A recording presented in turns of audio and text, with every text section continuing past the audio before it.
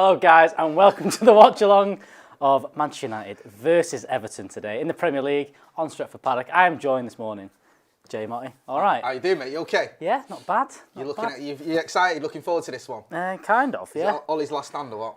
I don't know, I'm hoping not. It's a bit of a nervy day, isn't it? It has shades of David Moyes.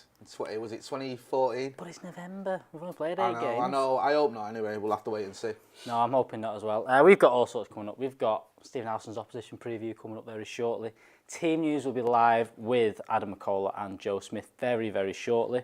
Then we've got the watch-along with them lot having a chat over there for a bit, haven't they? Who's on the watch-along today? Got the watch-along, Joe Macker and Stephen Howson. Stephen Howson will be here in the building for the watch-along. So that's our little run of form there. It went well for a few games there, 3 games in a row. The issue there is the wins, and the impressive wins. Paris and Leipzig are obviously in the Champions League. You look at the league form, you know, the draw at home to Chelsea, coming after the loss to Spurs and the loss to Crystal Palace, then another loss at home to Arsenal. And then you can always sort of go back and you say, well, all right, our league form's been terrible, we're 15th, whatever, but we're flying in the Champions League, we've battered Leipzig, we've beaten Paris Saint-Germain in Paris.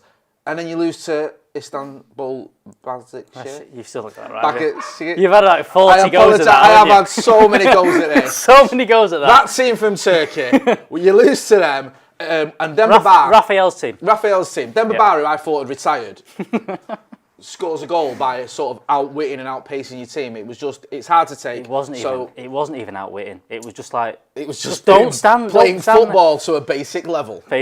So that was good. Make sure you're getting in the comments. We'll have a look through some of them. Also, get your team predictions in. They're coming out very shortly. And also get your score predictions in.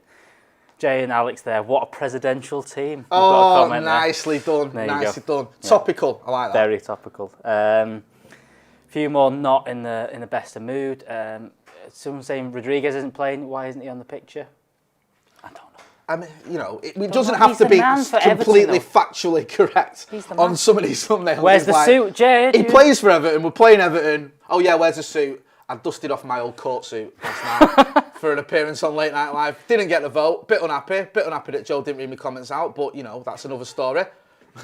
You know, what are you going to say? Adam McCullough got his comments without loads, but, you know, favouritism. It's favouritism in the office, it just is. Sir Jimmy saying, do you think we'll play the diamond? Do you think diamonds are forever? It was a tap-in, but to be fair, Joe said it about 1,000 times. Yeah, so it was. I don't know, man, because it seems like everyone was buzzing about the diamond after the Leipzig game. Oh, the diamond, it's amazing.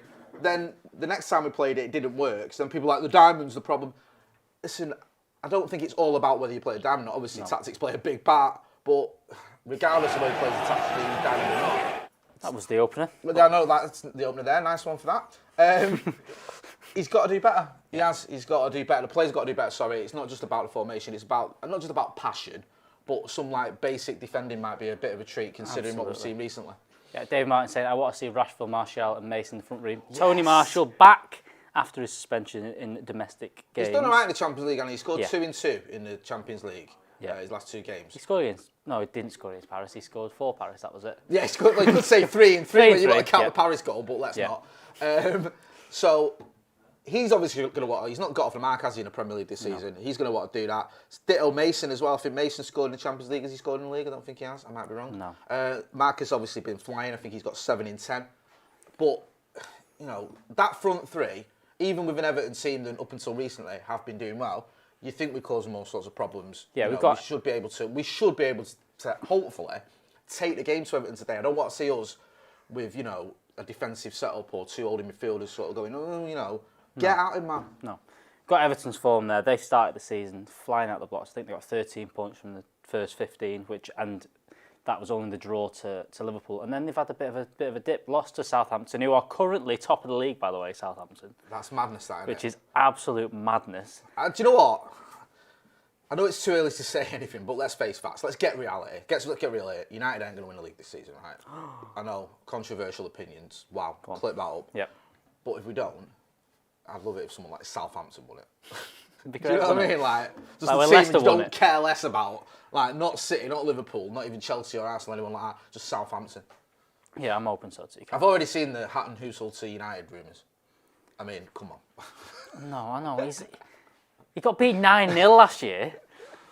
And he should have been sacked. And then it's like the other day when was it Mönchengladbach won 6-0 whatever, and it's like, get Rose, get him in. It's like, as soon as the manager wins, it's like, he should be the next United manager. Come on. No, we need to calm down just a little bit about them rumours. But again, what do you reckon today? What are we thinking? You said you started on, you don't want to see 2 holding midfielders, but where do you think we'll go? Where do you think we'll go with that? Because I went for that. I went for having Fred and McTominay in there. I think Ollie's going to go a little bit Did you go with that as a prediction or what you wanted to see? I went as predicted. What I'd like to see, I think, to be honest, people are getting back fit. I think that our front 6 should be Matic, Pogba, Bruno, and then the front 3, Mason, Martial. Mate, go back to what was working at the end of last season a little bit. More. You know, you remember the dark days of last season, although they seem to have returned this season, where we went to West Ham, we went to Newcastle, we went to Watford, went to Bournemouth, and we lost all those games. Yeah. And most of those games, you had 2 holding midfielders, and you just sort of almost sat back. Yeah. And it was just ridiculous. And I think now we've got Bruno, Pogba's back in the team, you've got that front 3.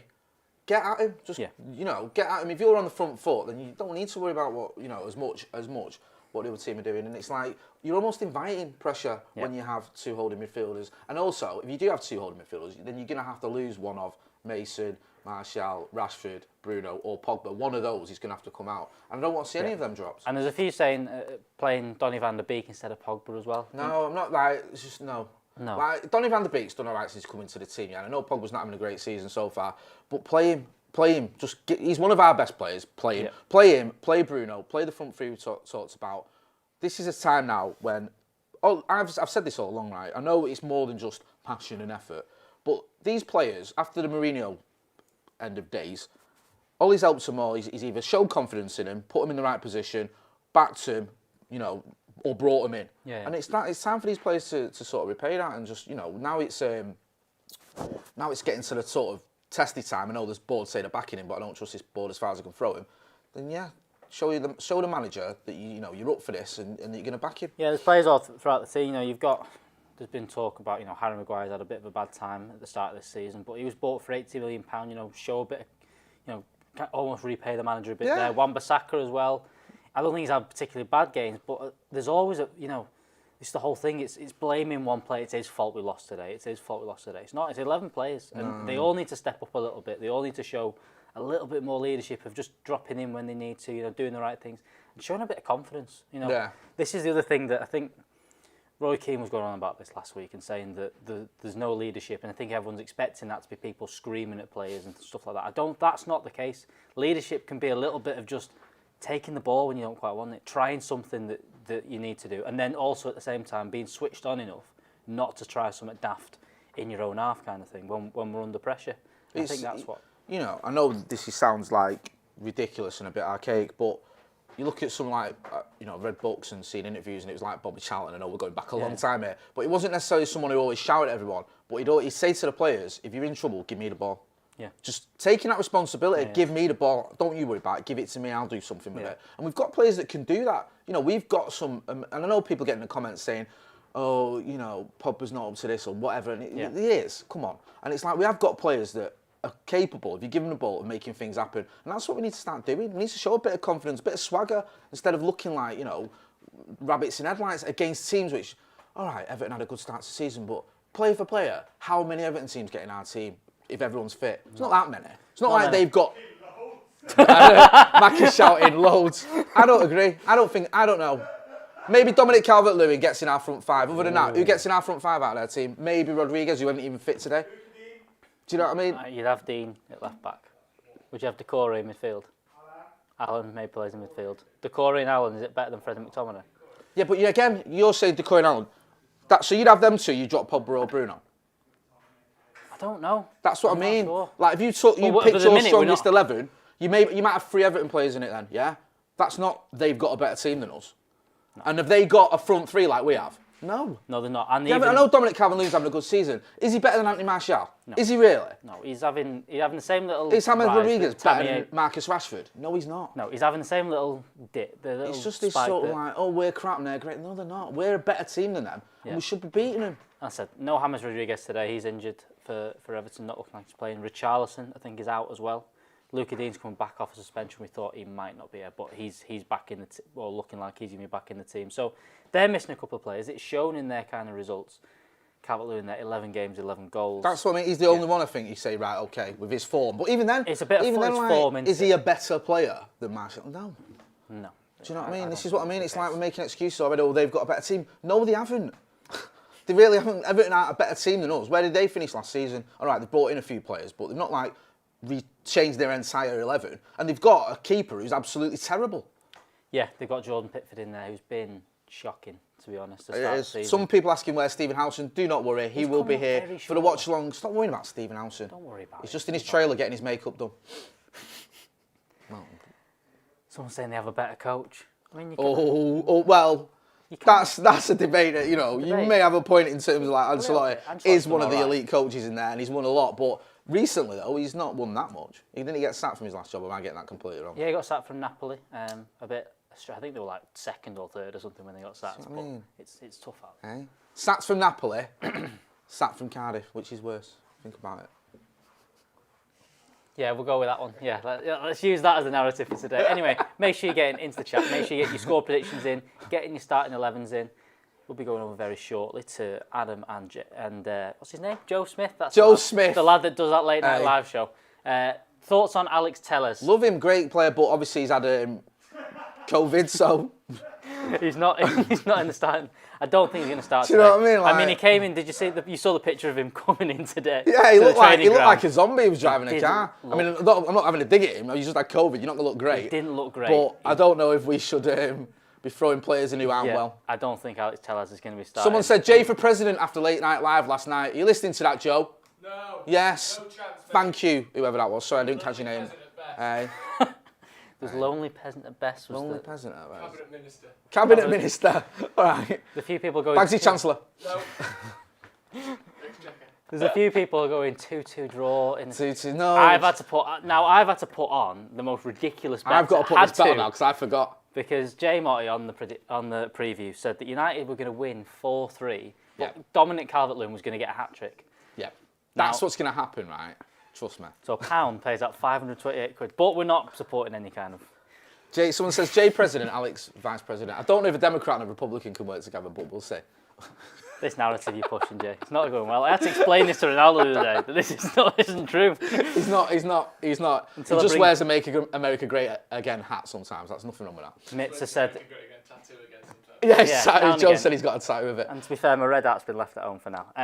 Mitza said, fuck's sake, Alex never backed the early kickoff. I think it's a bit of a myth, the early kickoff, but it's never. I mean, listen, I still have that sort of optimism, delusion, sort of arrogance, whatever you want to call it. I always think United are going to win, more or less. And I think we should win most games. You know, you can pick one or two, the Scousers away or whatever, where you're like, all right, realistically, this is going to be tough.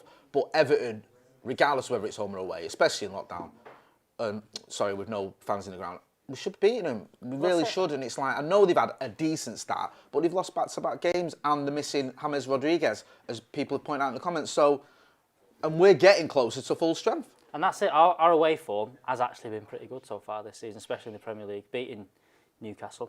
Yeah. Is that the only game we played? Beat Newcastle and we beat Brighton with a perfectly legitimate goal that came of course it was. 2 minutes after full time.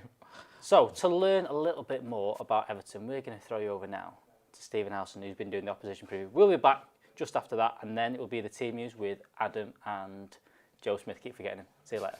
Right then, the team news is now moments away. But before we get the team news, let's have a look at what we're going to be facing today with Carlo Ancelotti's Everton. Where are they strong? Where are they potentially weak? What sort of lineup do I expect from them? And how could United overcome them? So let's get straight into their starting 11 then and how I think they're going to line up. So Ancelotti has gone with a 4-4-2 at times this season. He's also gone with a 4-3-3. I expect them to line up today in a 4-3-3. I think the big first decision that he's got to make is whether he brings Pickford back into the team or if he continues with Rob Olsen, who was preferred against Newcastle due to Pickford's poor form. Yerry Mina and former United Academy graduate Michael Keane are probably going to be at centre-half. They've been ever-present so far this season. Captain Seamus Coleman likely to be on the right-hand side of defence, with Luca Dean returning from suspension at left-back. I think the back four is the most certain part of this team. Now, they've also got a very strong midfield with Allen, with Decore, and with Andre Gomez. Allen's made the most tackles in the Premier League this season. I expect him to sit at the base of a midfield 3 as a number 6. And I would say Decore and Gomez are going to sit alongside him, just a little bit more advanced in the sort of number 8 kind of position. The forward line is where he's had a little bit of chopping and changing, injuries, suspensions, that sort of thing. But James Rodriguez, I think, is returning from injury, and he's going to start on the right wing. With no Richarlison because of suspension, I think it'll be Iwobi and Starman up front, Dominic Calvert-Lewin. Now, he's been fantastic so far this season. He's got 11 goals in 9 games in all competitions, including 8 and 7 in the Premier League. He has been the poster boy for the strong start that Everton have had so far this season. Averages a goal every 68 minutes, 1.33 goals per 90, and the added creativity that he's getting from James Rodriguez has really helped him look so good. United have to cut out the creativity that James is going to provide, stop him getting shots off, and watch for his physicality as well, because that's going to be a massive threat. What do we expect from this Everton side then? I'm going to say a hard-working midfield. Probably a lot more akin to the Liverpool midfield than a lot of Everton supporters would be happy with in terms of the comparison. But what this midfield does is it has one job alone: win the ball back, give it to the creative forward 3. Now, that is a little bit similar to what you see with Jurgen Klopp, but the creative forward 3 in the Liverpool side, they stay high, they stay narrow, and they try and get into the opposition box. What's interesting with the Everton forward 3 is that they spread out. Normally, you would have Richarlison, and he's going to look to dribble. You're going to have James Rodriguez on the right-hand side, and he's going to try and do what Juan Mata does to a certain extent, which is going to drift into the number 10 spot, come deep, look for link-ups, and then maybe arrive late in the box from the right-hand side as and when he can. Calvert-Lewin as a big target man, he's going to be good in the air, he's going to be physical, and he's going to be someone that's going to cause United a lot of problems, I expect, in a few hours' time or a couple of hours' time. High up the field, when the opposition are playing out, you're going to see Everton go man-to-man with the press. They're going to work hard, try and force you narrow, so they'll start wide and they'll offer you passing lanes through the middle where they'll squeeze and they'll try and win the ball back. It's a bit similar to what we saw with Arsenal. It's not exactly the same, but it's a bit similar, and what I would expect is United struggle. United struggled with it heavily against Arsenal. We struggled with it against Chelsea to a certain extent, but the Arsenal game for me, if Carlo Ancelotti's watched that, and I imagine he's watched it more than once, he's going to go, we can do exactly the same thing to him. And this is what worries me, because I think United are going to play a 4-4-2 diamond. And I think United's 4-4-2 diamond is not the thing to play against these. If we could play out from the back effectively, I wouldn't have too much of an issue. But we've shown that we can't play out from the back effectively in the recent weeks. And I don't know why, because the personnel that we've got can play out from the back. They certainly can play out from the back. But we're not playing with confidence at the moment, and we certainly don't have a plan B on the pitch that we can go to who could win the ball if David De Gea has to go long. Going long to Mason Greenwood, Bruno and Marcus Rashford is a terrible idea, because none of those guys are good in the air. If we decide, which we might, if he plays Paul Pogba in the midfield diamond, if Pogba can go and try and find space as the team are trying to play out, and then that can be David De Gea's trigger to go to straight to Paul Pogba to alleviate the pressure. Pogba's got the physicality and the build to be able to hold the ball up, allow others to come around him, and then start to play. But I don't know if United are going to do that. That would be what I would try and do if I was thinking, right, I'm going to get pressed. What have I got in my team? What are the assets that are at my disposal? But I don't think I'd play the midfield 4. And I do think Solskjaer is going to play the midfield 4, because I think it's an easy decision for him. A big decision, if he had to make it, would be to probably play a back 3 in this instance. Try and get more players in our third to help us with the playing out, and also free up Tellez a little bit to go and attack. Because I would play, or I'm expecting him to play, a back 4 of Tellez, Lindelof, Mcguire, Wan-Bissaka, a midfield 4 of McTominay, Fred, Bruno and Pogba, and a forward 2 of Martial and Rashford. And I don't think that's the right thing to do. But I don't think he's going to play the back 3. And the back 3 also comes with some big decisions. Who do you bring in the back 3? Do you bring in somebody else for that right wing-back spot and move Wan-Bissaka inside? Do you play Luke Shaw as the left centre-half, where he has been pretty effective? And then who do you drop in that midfield? And I think he plays the diamond because it solves a lot of issues for him. In fact, it solves a lot of issues, but it's still not playing Donny van de Beek, which a lot of people have been asking for. So I think there is a lot that Solskjaer has to come to terms with this week. Now, he's normally got it right in the big games, and he normally gets his tactics right. But I wonder if one of the reasons why it's been going wrong for him of late is because he's been trying to do what we saw Sven-Göran Eriksson do for England. Try and squeeze Scholes and Lampard and Gerrard all into the same team rather than going, forget that. How do I win this game? What's the jigsaw pieces that are going to solve the problems I need to win this football match? If he starts thinking like that, which he's done effectively in the past, and not been afraid to drop big names, then United can comfortably beat this Everton team because they do have weaknesses and vulnerabilities that United can exploit. But if instead he goes down the what I'm going to call the Sven-Göran Eriksson route of trying to get all of his big names into the team because they're the best players or perceived to be the best players, then United are in trouble and Solskjaer potentially could lose his job with a bad result today. That's my thoughts anyway. Quick reminder before I wrap up, here's what to expect from the Everton team. They're going to press with two wingers and the two midfielders and compact the shape and try and force you to play through the middle. It's a man-to-man counter press where the wingers tuck inside and try and force the opponents to play against them. The midfielders are going to start the counter press and start the counter attack when they win the ball high up the pitch. They're going to look to try and find James Rodriguez. They're going to go direct up to Calvert-Lewin and they're going to try and get a lot of shots off. After the press, if it doesn't work, they're going to drop into a compact, wouldn't call it a low block, maybe a mid block, 4-5-1, and try and look for counter chances. In possession, they're going to look like a 4-1-4-1, not the same sort of narrow, high three that you expect with, say, Liverpool or even Manchester City, although that's very wide. In possession, they're going to look a bit more like a 4-1-4-1 as Rodriguez and probably a Iwobi, like I said, or it could be Gylfi Sigurdsson, are going to drop into the midfield and make it a 4-1-4-1 sort of shape with Calvert-Lewin out there on his own. The right-hand side is going to be very strong for them with Doucouré and James Rodriguez. The way they rotate in possession is going to be fascinating. I think a lot of people are going to be surprised at the fluidity that those two exhibit when they've not played together for that long. James Rodriguez is going to track inside very often, and my worry with that is if Luke Shaw was played in the fullback role, I think Luke Shaw gets dragged over and you expect Seamus Coleman or Doucouré to overlap into the space that James Rodriguez has dragged Luke Shaw out of, and I think that's going to cause United a lot of problems. There's a few things I expect to see on the pitch today. That's one of them. Going direct with Calvert-Lewin up against Lindelof is another one that I don't want to see, and United struggling out from the back is another one. But you're going to see them. If you start seeing them in the game, let me know, and I'll see you on the watch-along. Laters.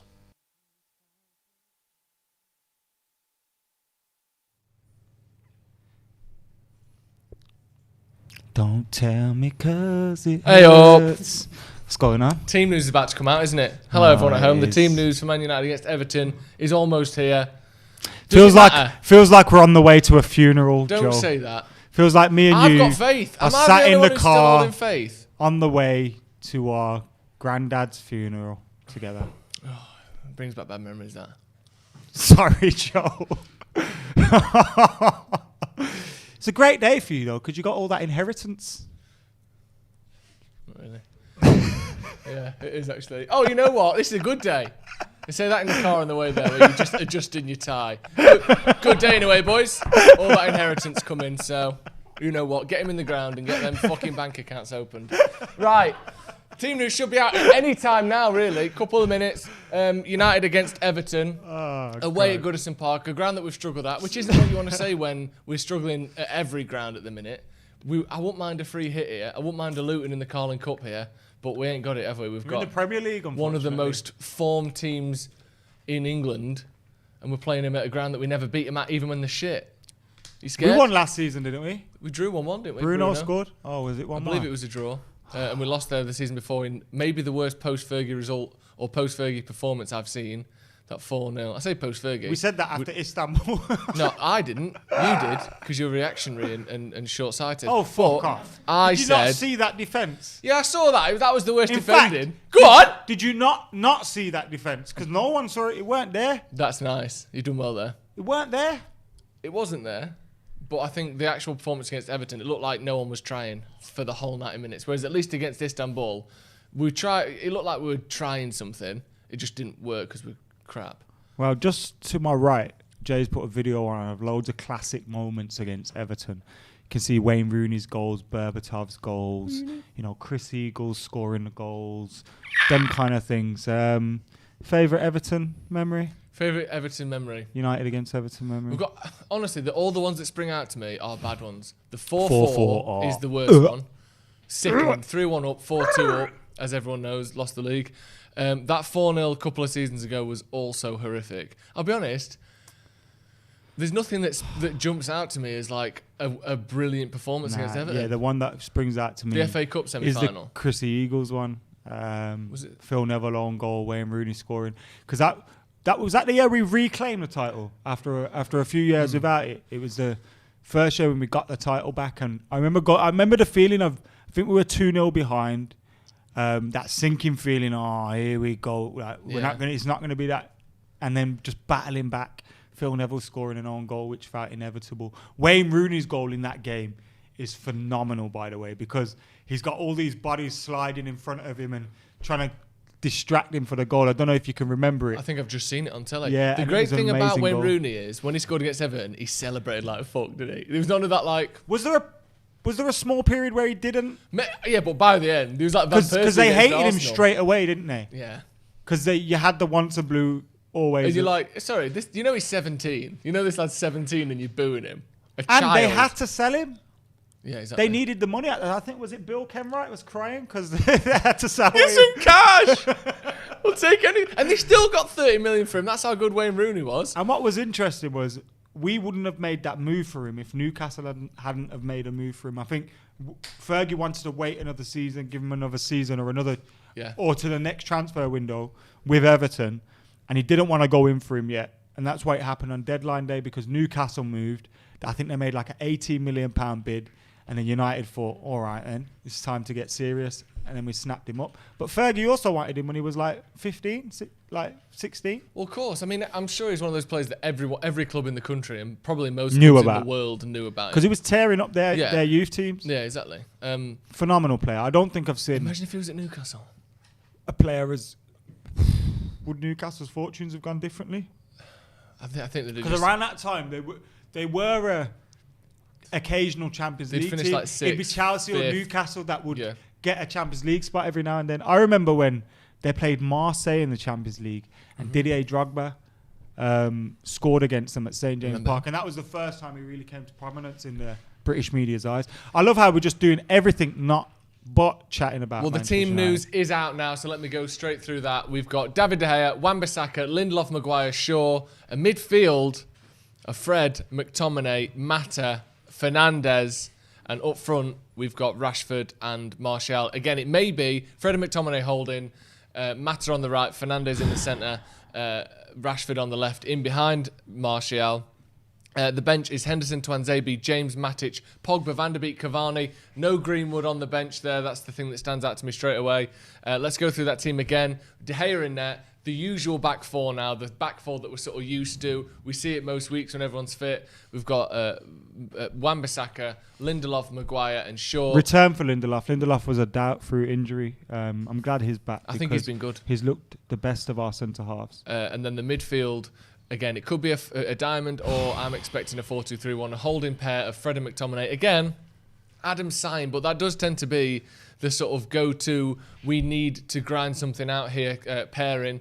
Fred and McTominay in midfield, they're holding. Then on the right-hand side, we've got Mata. In the middle, we've got Bruno Fernandes. And on the left, we've got Marcus Rashford. In behind, the return of the Premier League of Anthony Martial. What's up with you? That's a diamond. There's two things up with me, Fred and McTominay. And not bad against PSG. Yeah, and the whole team wasn't bad against PSG, and what's happened since then. Fred and McTominay, and or if that's a diamond. If that's a diamond, what the fuck are we doing? Again. Because they will expose us in those wider positions. James Rodriguez, a man like that. They'll use that space in front of the fullbacks and absolutely rip us if it's a 4-4-2 diamond. I hope it's a 4-2-3-1 because it will kind of make more sense. But I'm just... So Fred and McTominay, they're not inspiring much confidence. We just need to play one of them. Stop playing two of them. That's it. Who'd you play alongside? I don't want to be Pogba. bad vibes. We're winning Matic. 4-0. Let's go through Everton's team before we come back to United's team, which should be on the ticker very shortly and then on the screen as well. We've got Pickford, Coleman, Holgate, Keane, Digne as their defenders. Then Alan Doucouré, Sigurdsson, not Alan Doucouré. It sounds like one man. Alan Doucouré, Sigurdsson, Rodriguez, Bernard, and Calvert-Lewin. It's a decent team, isn't it? No Gomez, notably, although I don't know if he's been injured, but he was good for them last season. But yeah, the main boys of Alan, Rodriguez, Calvert-Lewin are all in there. There was some doubt maybe a week or so ago that Rodriguez might not be fit, but obviously he is fit. It's a decent team. Again, though, we were saying before, let's be honest here.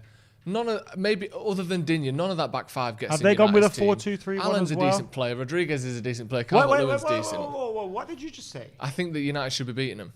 But what did you say before that? I said, other than Digne, none of that back five gets in United team. Okay. And then I said, Alan's a decent player. Rodriguez is a decent player. Calvert-Lewin's a decent player. Alan, Doucouré, and Rodriguez all start for United. Doucouré, I don't think does. Bruv, Doucouré is better than Fred. He's Not better better. than McTominay. He'd provide more balance to your midfield. I think you're being a bit naive. I mean, he got relegated with Watford last season. Yeah, so did Troy Deeney. Troy Deeney would get a few minutes for us. No, he wouldn't. He'd get a few minutes on Igalo's sofa at home. So there's the Everton team. Obviously, the United team is on screen there. Peruse that at your leisure. But I was being serious about the rest. If we can get the comments on the screen, that'd be good.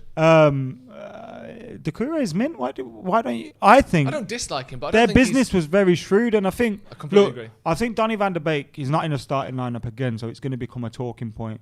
Paul Pogba's not in a starting lineup again; it's going to become a talking point.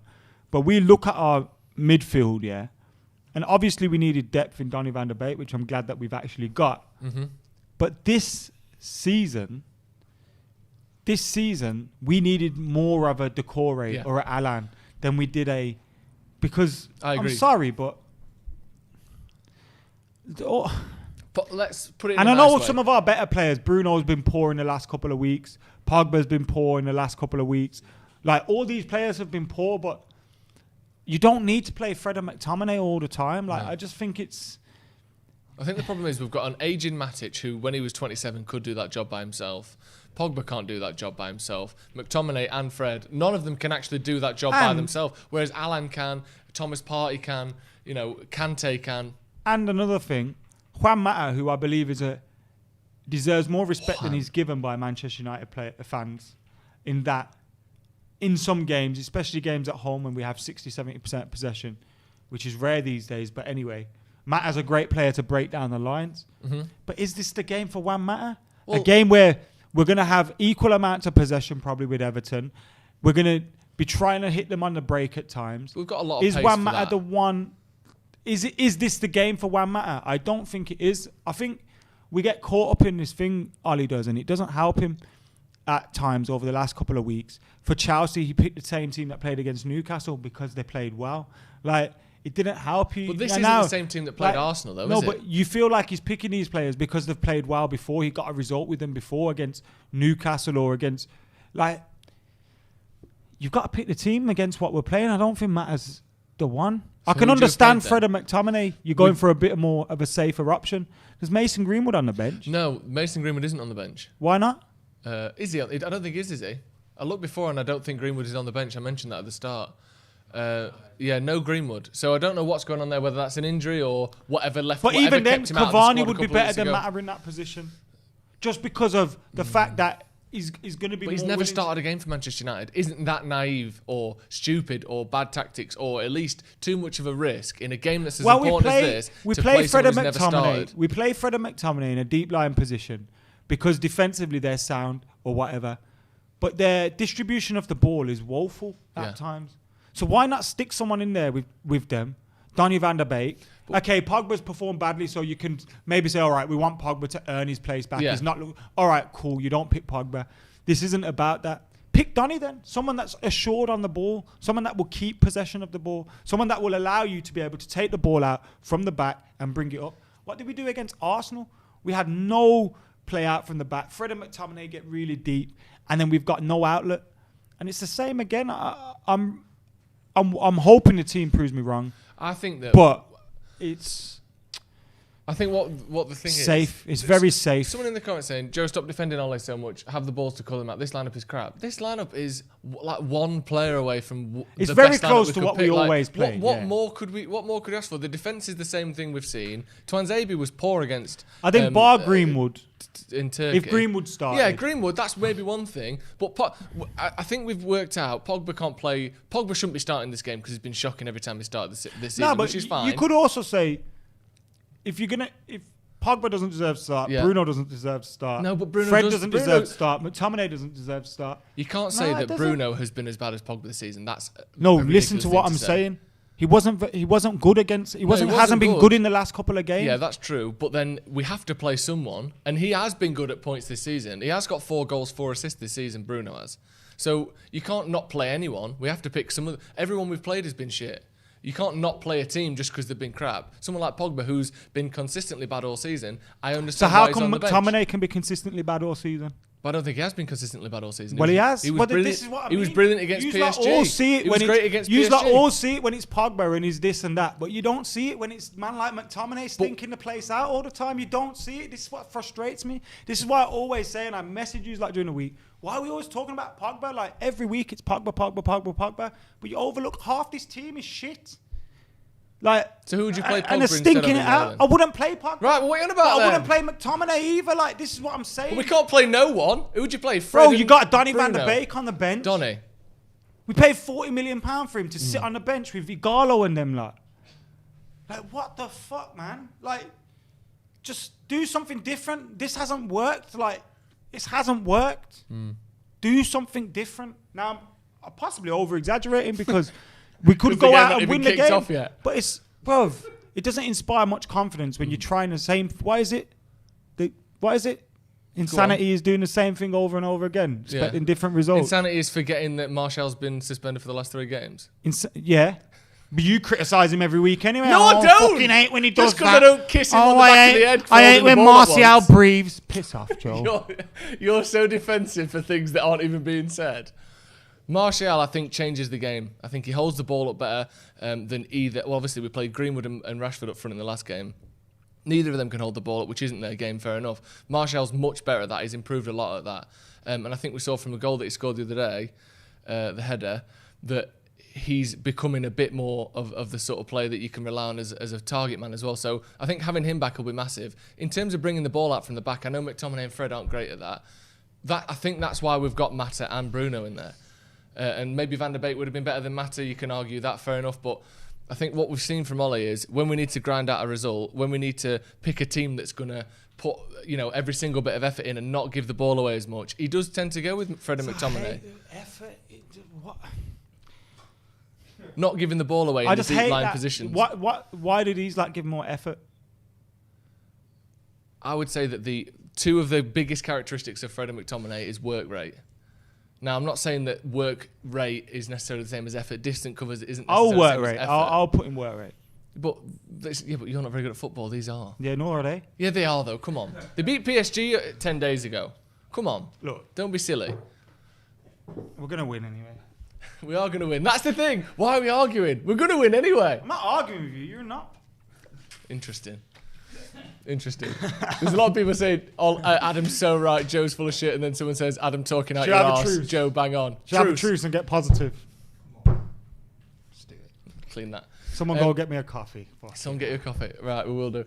Personally, I think the team is decent. I think that defence, the 2 centre-backs, Mcguire and Lindelof, other than whatever the hell went on the other night, I think have actually been quite good against Newcastle, against Chelsea, even against Arsenal. Mcguire and Lindelof played well. I think they were good against Leipzig as well. So, like you said, Lindelof's probably been better than Mcguire in the last few weeks. For about 6 months. So I wouldn't, I'm not disappointed with that team. Luke Shaw doesn't fill me with much confidence, but Tellez came back from COVID 2 days ago, and we don't have any other options. So fair enough. But I'm not. Cheers, Adam. But I'm not like disappointed with that side. Obviously, we ain't got any other options to Wan-Bissaka at the minute either.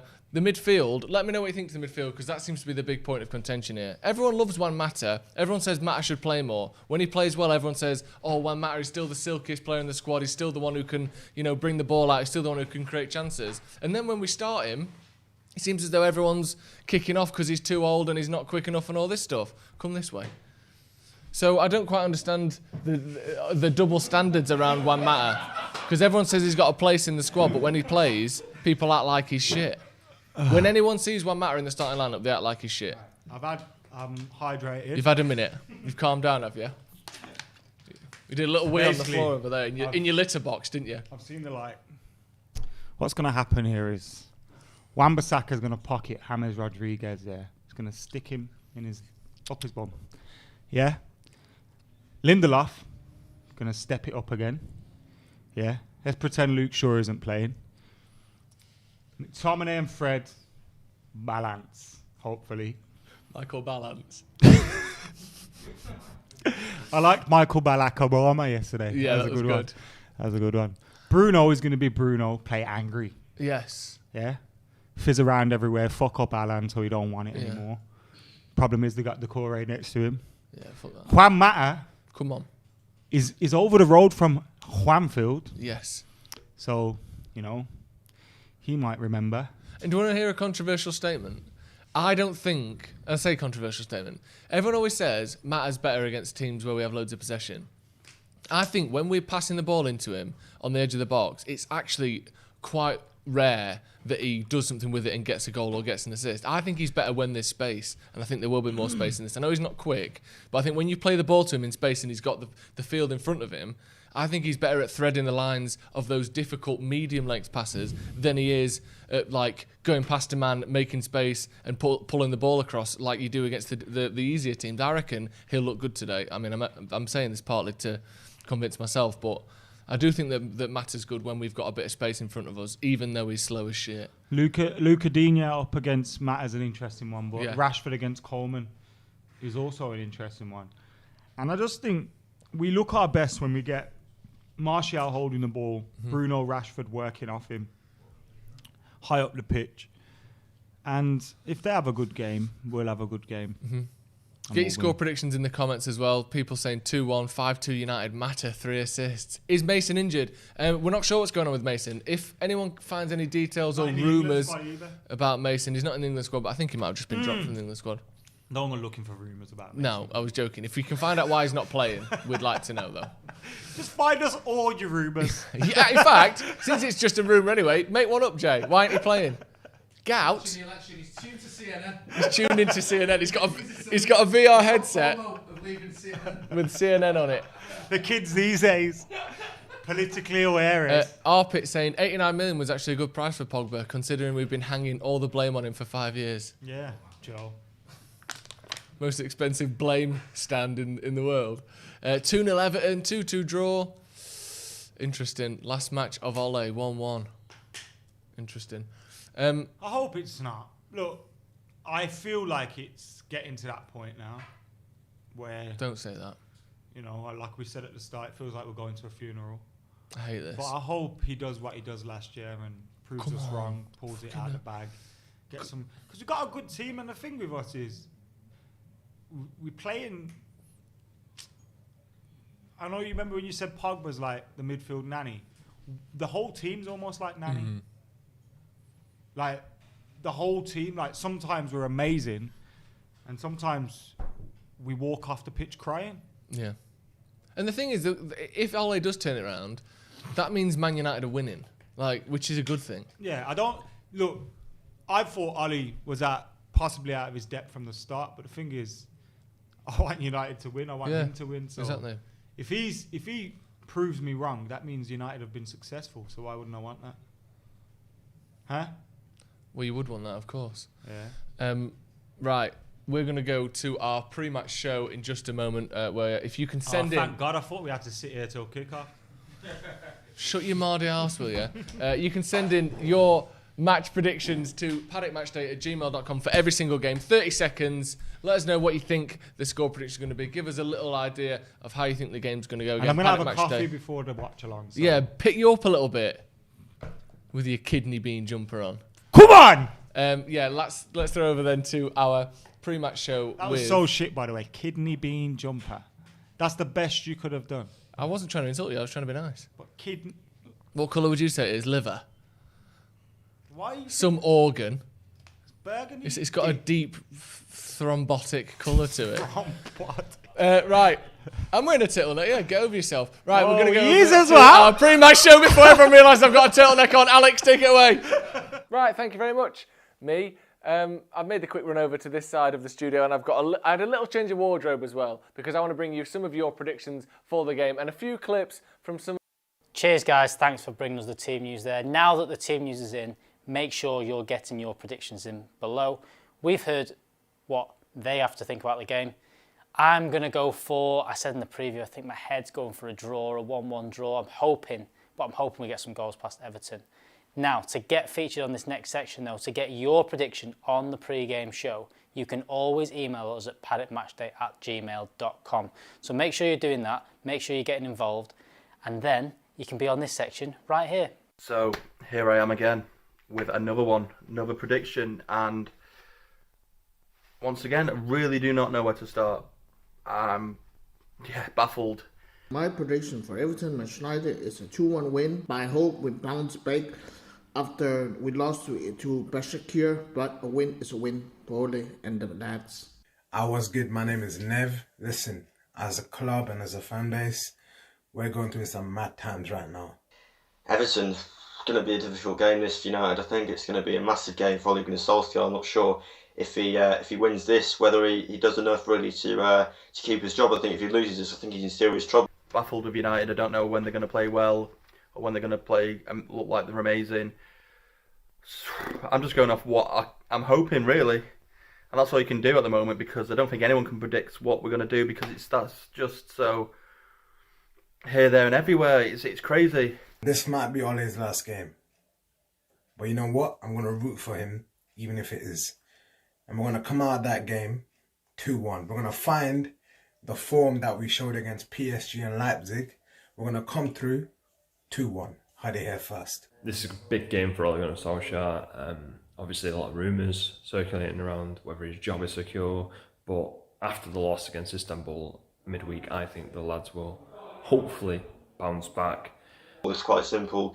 United have to win. They haven't been good recently against Istanbul, but sexier against Arsenal. They weren't very good, and against Chelsea as well. Another game United probably should have won in hindsight. I think it's probably going to be a difficult game. I think Everton are a good side. They're a lot higher up than United are on the table. They've been playing really well this season. The likes of James. Paddock Match Day, Notch here, giving my prediction for United versus Ancelotti FC. I mean, would the likes of James and Allen have joined Everton without the Italian legend at the helm? Whatever the reason, they are mega strong, and we need to step up and do a job for Ole today. Some are labelling this as make or break for Ole, and I do tend to agree with that. My heart says we win, my head says we lose, but I'm going to go with my heart, and I'm going to say United win 2-1, and Tony Marshall gets a late winner against Everton again, just like he did in the FA Cup semi-final in 2016, and United get a much needed 3 points, and Ole gets himself some much needed time as well. But I think it might be a 2-1 victory to Manchester United if everyone plays the way they have been against Leipzig, against PSG, and if we get a goal early on, I think that scoreline is not too unreasonable. Whoever the left back is, whether it's a back four or a back three, we need to stop James. He's the main man. And that midfield, this feels nerve-wracking, guys. We're due a good performance, though. So I'm going to predict a 2-1 and a Mason Greenwood winner. I think United really have to win this. I think they will win this. So I think Solskjaer knows how much pressure's on him. And if he gets this one wrong, then I think questions are really going to start being asked to be more than they already are. So I hope United can win, obviously. And I'm probably going to say 2-1 to United. I know I've said that for the game the previous week against Istanbul, but I seriously think this one, I think it was okay against Besiktas, because United can lose a game in the Champions League. We've got those results against PSG and Leipzig, and even if we win the next one and draw, we're probably still going to go through. But in the league now, United really need to start getting results. Yeah, I'm just hoping for any kind of win. I'm going to try and be positive and say it'll be 2-0, but listen, I could be completely wrong here. This is Victor here. from the Devil's Corner in Nairobi. My prediction for tomorrow is, sadly, 2-1 to Everton. I don't think we're doing very well. Call me up tomorrow and I'll tell you guys why. It's just all about hope. I know it sounds a bit negative, but it's just the way we have been at the moment. I'm hoping for a performance like we had against Red Bull, Leipzig and PSG, but I don't know if we're going to get another one of them. Fingers crossed we do. But yeah, I'm going to hope for, I've used that word a lot, but hope for 2-0 and 3 points. Let's save Ollie. That would be the best thing ever. Trust the Notchster. Thanks again for everyone sending in their predictions from a few familiar faces and from a few of you back home. Make sure if you want to feature on the Watchalong every single week, every single game, you should email us at paddockmatchday@gmail.com. Now also, I know that you guys don't just watch YouTube videos, a lot of you guys listen as well. And if you want to get involved, if you want to listen to any of our podcasts, so that's Howson's Brew, Howson and McCullough Uncensored, the Tier 1 podcast, the Devil's podcast, they are all on your favourite podcast station, so whether that be Spotify, iTunes, I know there's a few more that you guys use, so make sure you go in the link below. There's a podfollow link there that will use your favourite podcasting platform. Check that out. Also, make sure you are on all our different socials, so whether that be Instagram or Twitter, we'll be checking that all the way throughout the game. Half time, we'll have a quick look at them, see what you guys are saying. So make sure you're using #PaddockMatchday. Make sure you're going over to our Instagram stories, getting involved there, get involved all over the place, get involved on Twitter. We'll see you at halftime. So as I've mentioned, podcasts are available all over on your favourite places by clicking the podfollow link below. One of our podcasts this week, Howson and McCullough Uncensored. They've been having a waffle on as they always do. Check this out. And that Everton game, is it a must-win for Ole Gunnar Solskjaer? I think because of the nature of our fan base, every game's a must-win game. The Grim Reaper there, popping his head through the door. Who was that then? Literally the Grim Reaper, Alex Bagley, the super seeder. Super spreader. The super spreader and seeder. He's just come off Air Force One with Donald Trump, having spread it about like a good one. Good lad. No, I think the way our fan base is hysterical and expectant and entitled, I think that there's an element of you have to win every single game. I seen some shit the other day saying, if only we had a style of play, it'd make the losses easier. I went, no, it wouldn't. He went, yeah, it would. I was like, no, it wouldn't. I was like, Lou Van Gaal had a style of play. Jose's got a style of play. What the fucking hell is that supposed to mean? I was like, what's Poch's style of play? But I think you're being... I love Ali. I want him to succeed. I hope we don't have to sack him because that would mean he's been successful. But if we sack him, Poch is a very good... I feel like you're being a little bit naive towards Poch. The guy was on camera saying trophies are only there to inflate egos. He's on camera like saying, was it before the Champions League final? I'm probably going to quit either way. On Monday again, and it sounded like an interview almost. And I don't really want to talk about this because it's disrespectful and Ali's still at the club. But he was talking about how like the size of a club matters. And he was talking about how the expectations at a club matter and things like that. And it sounded like an audition for United. But I was talking about Oli here because Poch is there. Like, Poch's availability, I think, doesn't affect Solskjaer's job if he gets the results. Definitely wrong. We thought he was gone last December. Me and you did a video saying he'll probably be sacked by Christmas. But then he won those 2 games. Exactly. And he has the ability to do that. So it's weird. And like, I'm not one of these people that says he has no tactics. I thought he got it wrong against Chelsea and against Arsenal. Thought he went in way too negative, respected him too much. But to say he doesn't have tactics is really naive. In fact, he's very flexible with his tactics and the way he plays. He sets up differently at different times. There may be the same common trends and themes that he wants to have throughout the team, but he definitely sets teams up with different tactics in mind. Though he's a bit naive in a sense, though, I feel, and he's done this a few times, where the lads played good against Newcastle, played him against Chelsea. Yeah. It's two different I think he opposition. believes in The diamond form. worked I against think Leipzig. I used it again. So that's House and McCullough doing what they always do. If you want to watch that, the link is in the description below. Also, like I've said, if you want to listen to it, make sure you're clicking the pod follow link. We'll have all sorts of good stuff going on with podcasts very soon, so make sure you're keeping a close eye on that. Now, before I pass you over to the guys for the watch along, you need to hear from one man. We need to have a team talk. Here is Andy Tate's team talk. Manchester United v Everton, Goodison Park, 12:45. Today, Ollie's press conference clearly stating I'm the man to lead us forward, with all the rumours circling about the certain whoever he is in waiting. I'm still backing Ollie. I'm still questioning what your tactics, your formations, but this is a must win. And even if you did win it, I would not put it past a certain CEO to backstab you in the back. And a certain batch of players who have not performed. And yes, Solskjaer, you have not performed either. You seem to... You find it. You can pull results out of the fire. You can do it. When the heat's on, when your back's against the wall, you can do it. So please do it. I don't want you sacked, but there's a certain fan base who is split right down the middle, who are so consumed with hatred for you, which is not fair. Which is not fair at all. Yet they're looking at the glass half full, you know what I mean? And they don't see what's upstairs has caused this as well. A little bit of you as well, Solskjaer.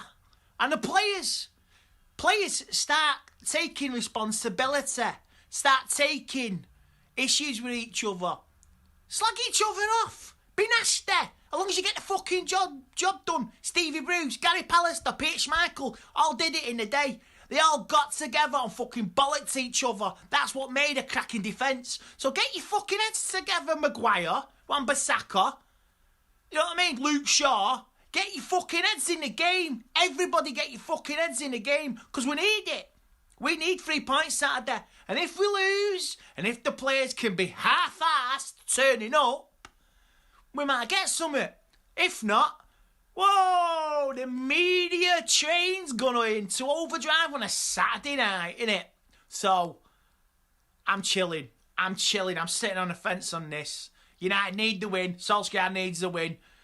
Otherwise, it's Judgment Day. So, take it as you will. Andy Tate, Stretford Paddock. So passing you guys over to the watch along now. I'll be back at half time looking at a bit more detail, a little bit more about what you guys have been saying on the comments. Also, make sure you're using all the way through #PaddockMatchday over on Instagram, over on Twitter. I'll be getting involved, reading your stuff out. Now over to the guys for the watch along.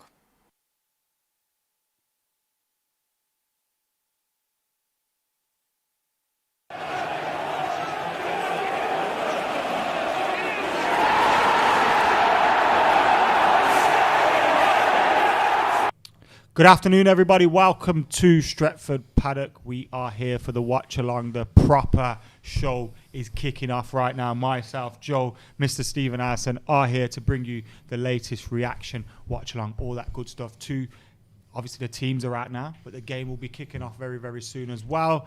It's a big day for Manchester United. We've seen the team news. The teams are scrolling across the bottom of my big, ugly face at the moment. Obviously, in the Manchester United team, it's David De Gea, Wan-Bissaka, Lindelof, Mcguire, Shaw, Fred McTominay, Bruno, Rashford, Marshall, and Juan Mata. We didn't get Steve's reaction to the team news, so let's get it now. Steve, how do? All right, I've just said on Twitter, I think it's more of a diamond, and everyone's gone, it's 4-2-3-1. Watch the shape that they make when you see the average positions afterwards. Matt's not a winger, is he? In anybody's book. He has played there in a 4-2-3-1 before. He has, but he doesn't play as a winger. So he doesn't hold width. If you draw the shape that these guys are going to make afterwards, it's going to be a diamond. My worry with this is, there's two things. Playing out from the back with the same sort of players that we saw. Don't think you can trust Wan-Bissaka with this in a 4. Definitely can't trust Luke Shaw with this in a 4.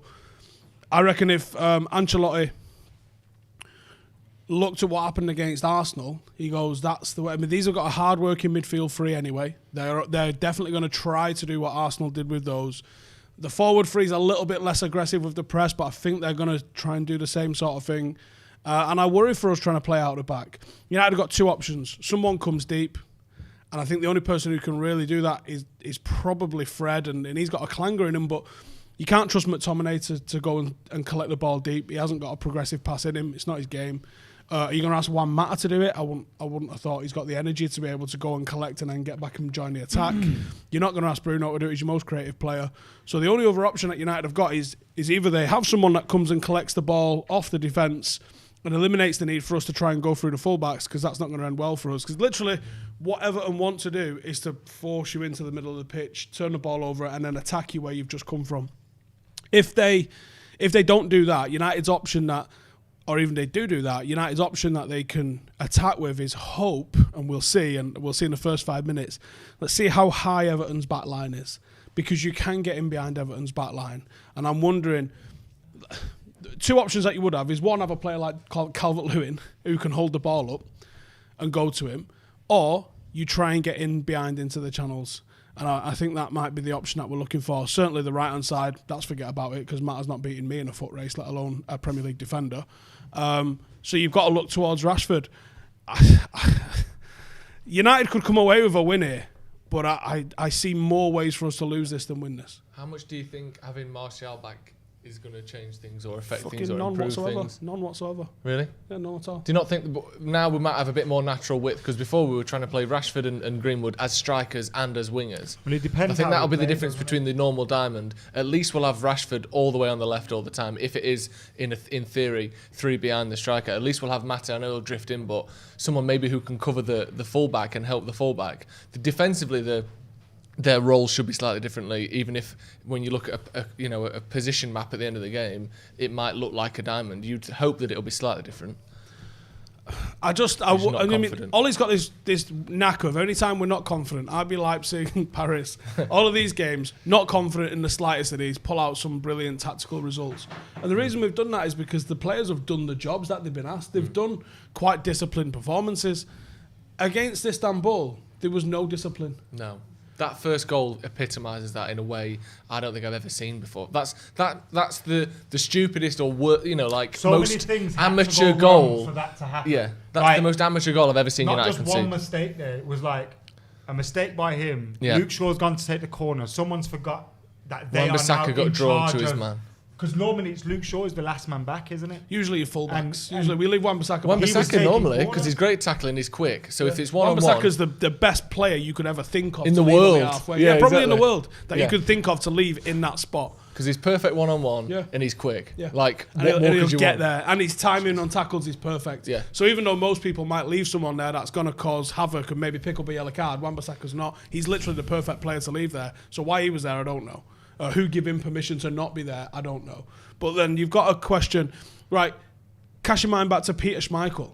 Do you think Peter Schmeichel allows no one on the halfway line, or is he going to bollock the entire football world until someone gets back in position? You think that's Henderson then, not really knowing his defence? It was even Mike Phelan on the halfway line. I know it shouldn't be down to your coaches, but you had Mike Phelan watching it on the halfway line. But some people think there is. Some people think that having a manager on the sideline makes a difference. Well, do you remember when... It can help at times. I was going to say, when for little Jose... things, but I mean... You're on about the Shaw comment. Yeah, when he was like, if Luke Shaw had my brain, or if he, he was telling him, run, stop, pass, go around your like. That's because he's shit. Well, it's because I think he doesn't think But for it's himself annoying because particularly well.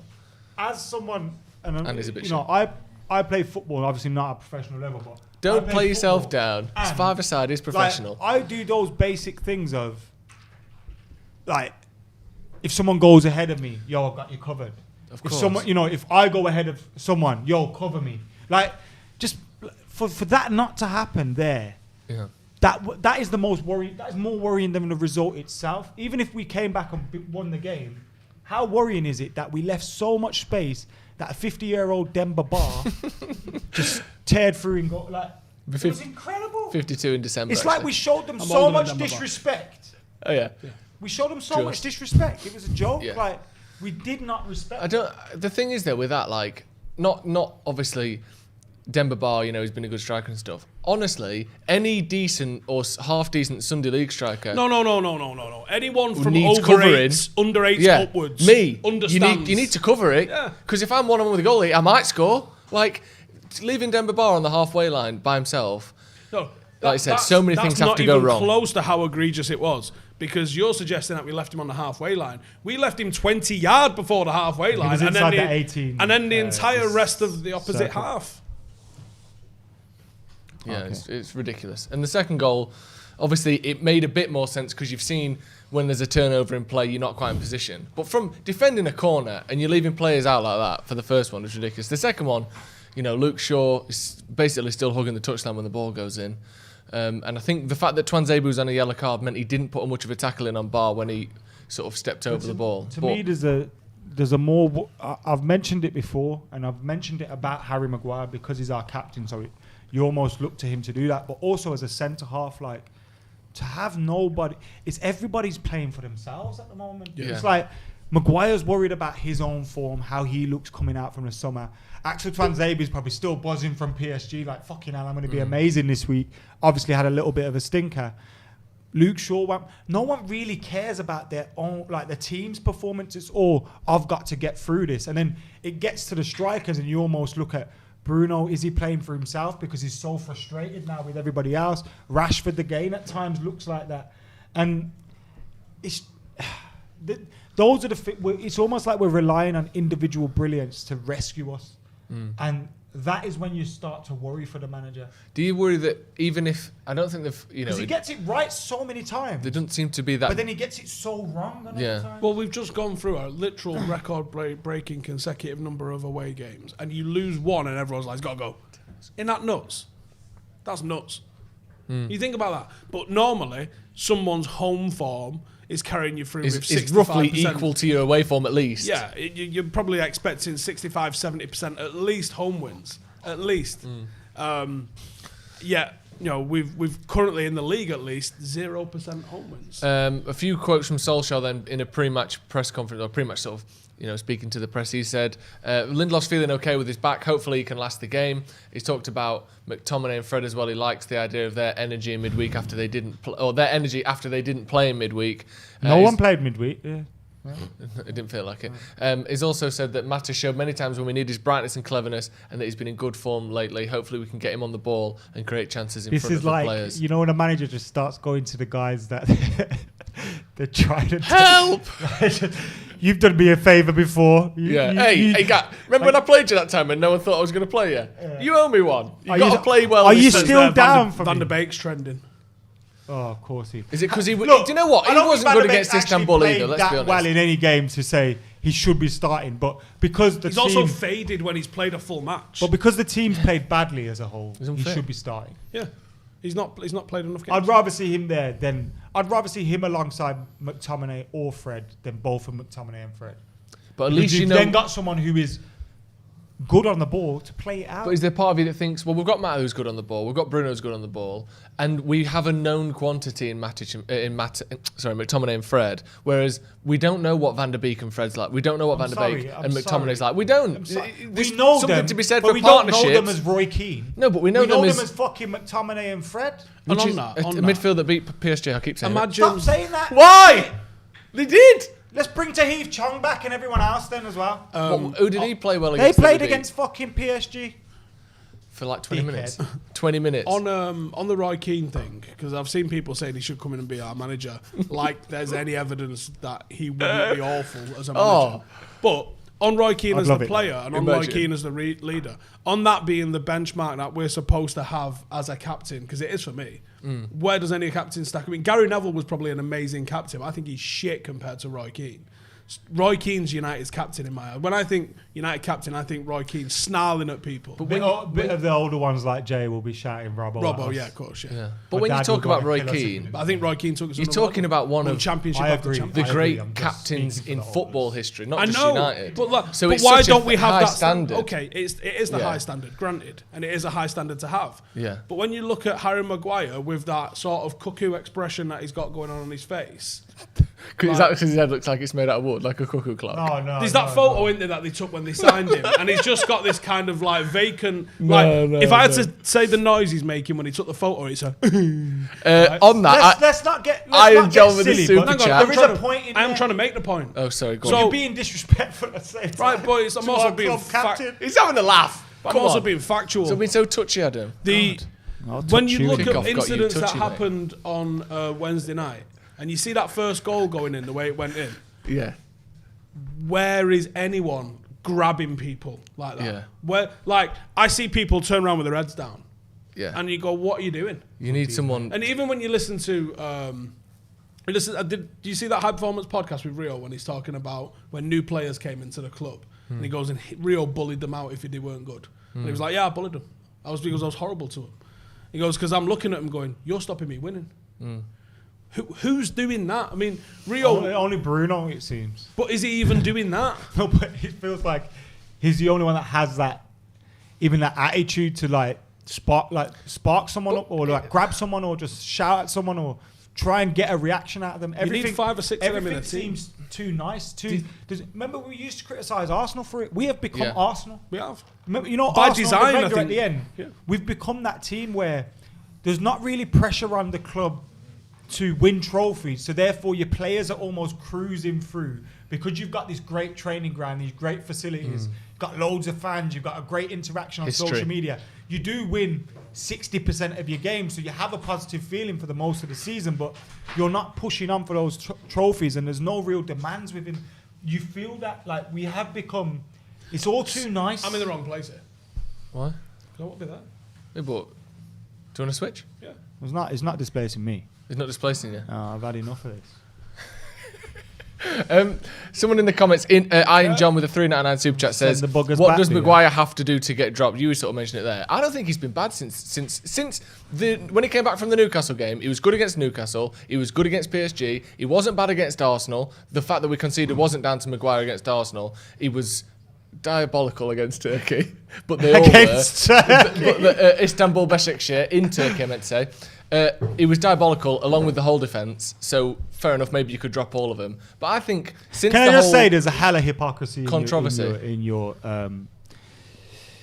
the the way you look at it. Are you going to talk about Paul Pogba? No, I'm not talking. Just Maguire's been awful, bro. He wasn't bad against Arsenal. He wasn't bad against Chelsea. He wasn't bad against Newcastle. He wasn't bad against Chelsea. He was doing those things against Chelsea where he heads the ball and it goes about 2 yards. Yeah, but he didn't.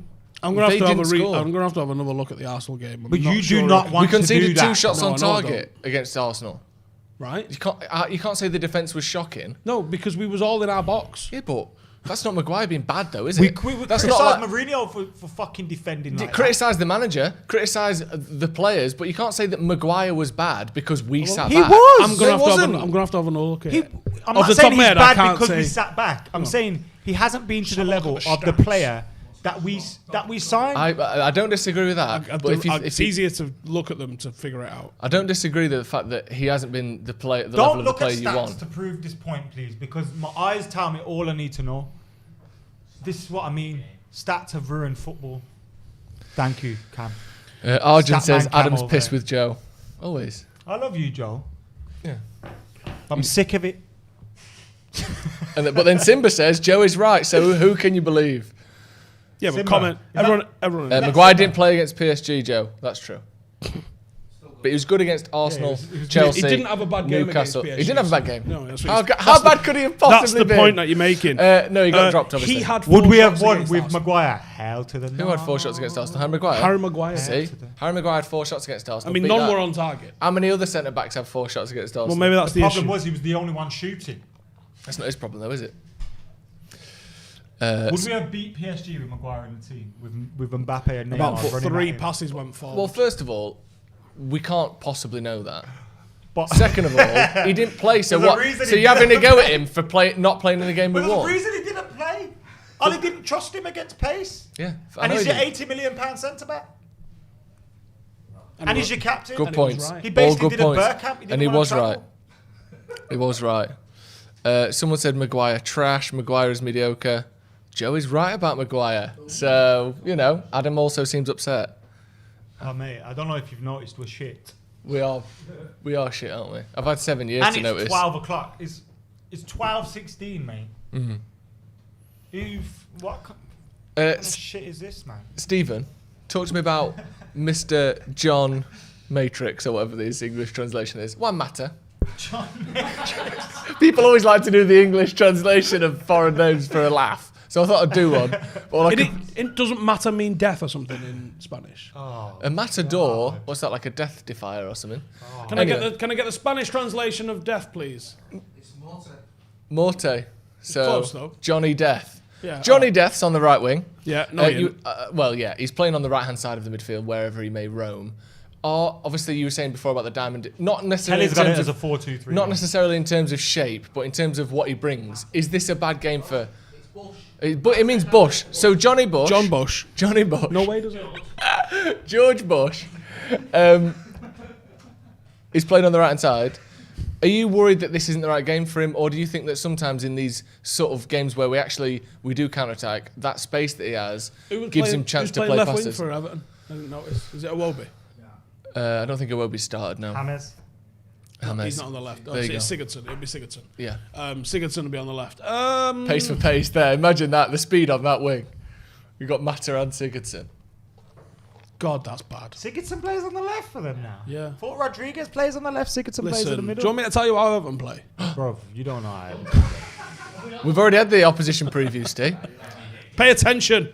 Watch that No, shit. here's what's going to happen. Decore and James Rodriguez are going to pull Luke Shaw to pieces, and there's going to be a gaping hole where Luke Shaw once was, and him going like that as Decore slides in behind. We've seen a couple of times in recent games. It's going to be like Nelson Mutz and fucking Ralph Wiggum, innit? What bullying?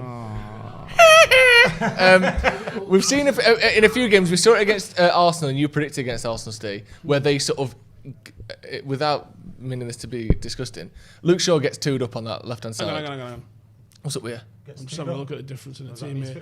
Oh yeah, Decore might go a little bit deeper. Decore? Yeah.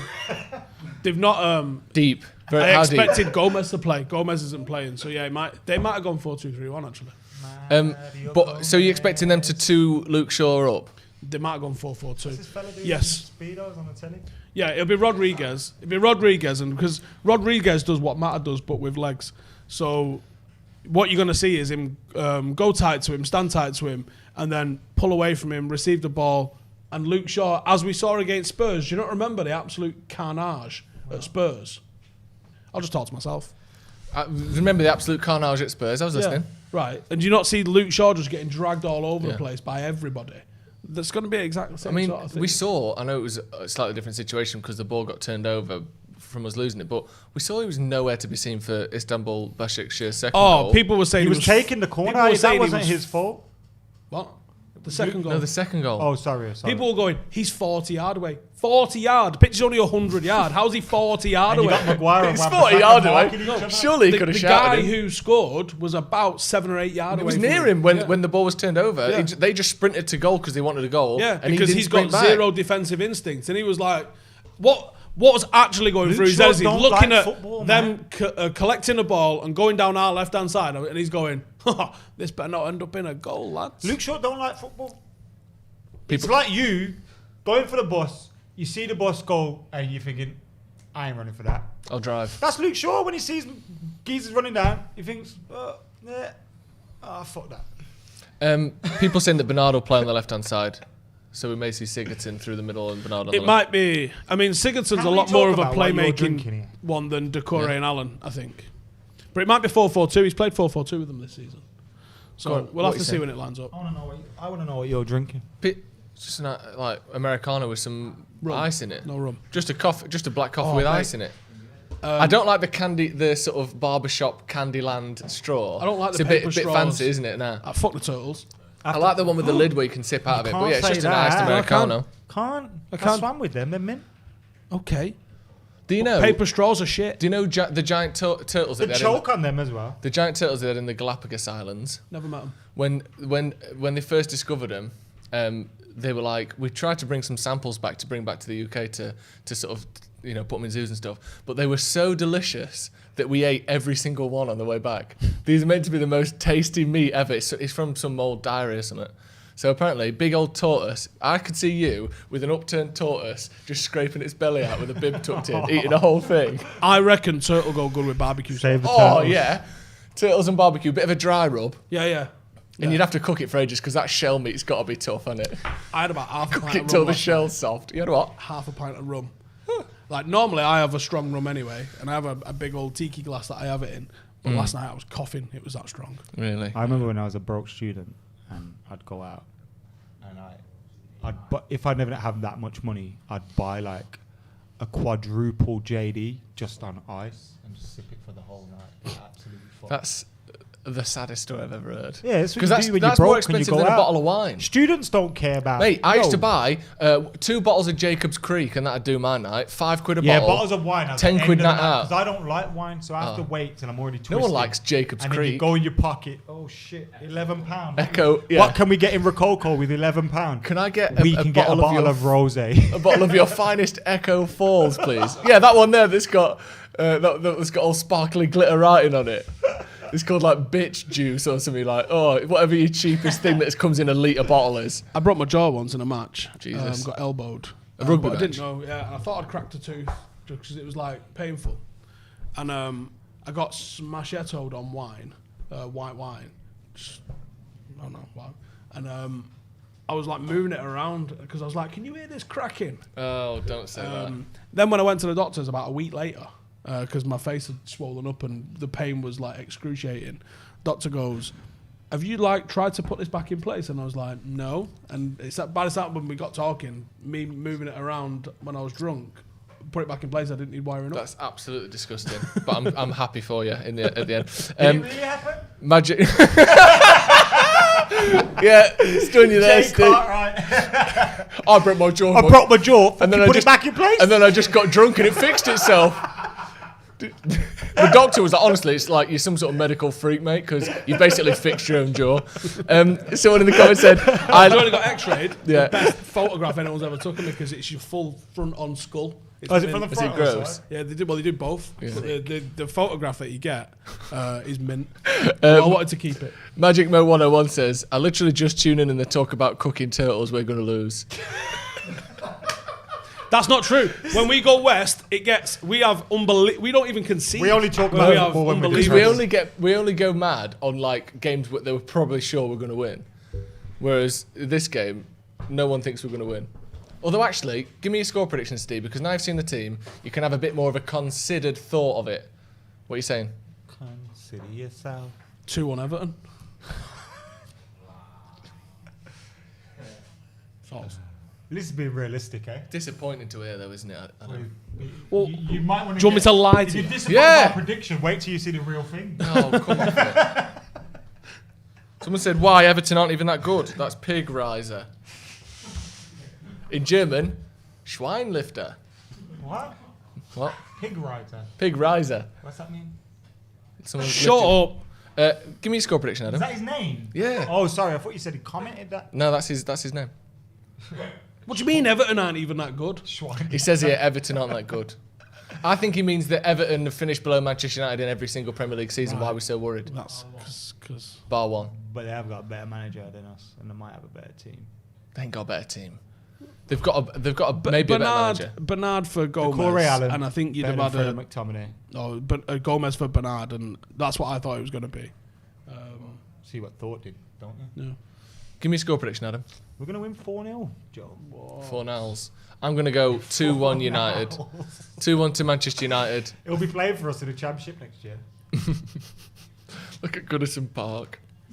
That little whistle they've got. It's the worst stadium. Well, it's a great stadium, but it's the worst. Like, I've been there, seen us get absolutely pumped under Moyes, yeah, with the Grim Reaper in the stands and that, and you stood there behind a fucking pole in your face, can't even see the game.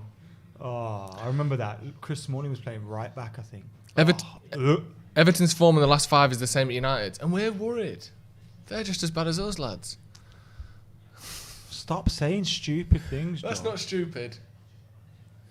Come on, I know we struggle at Goodison Park, but we're acting like this is fucking Bayern Munich.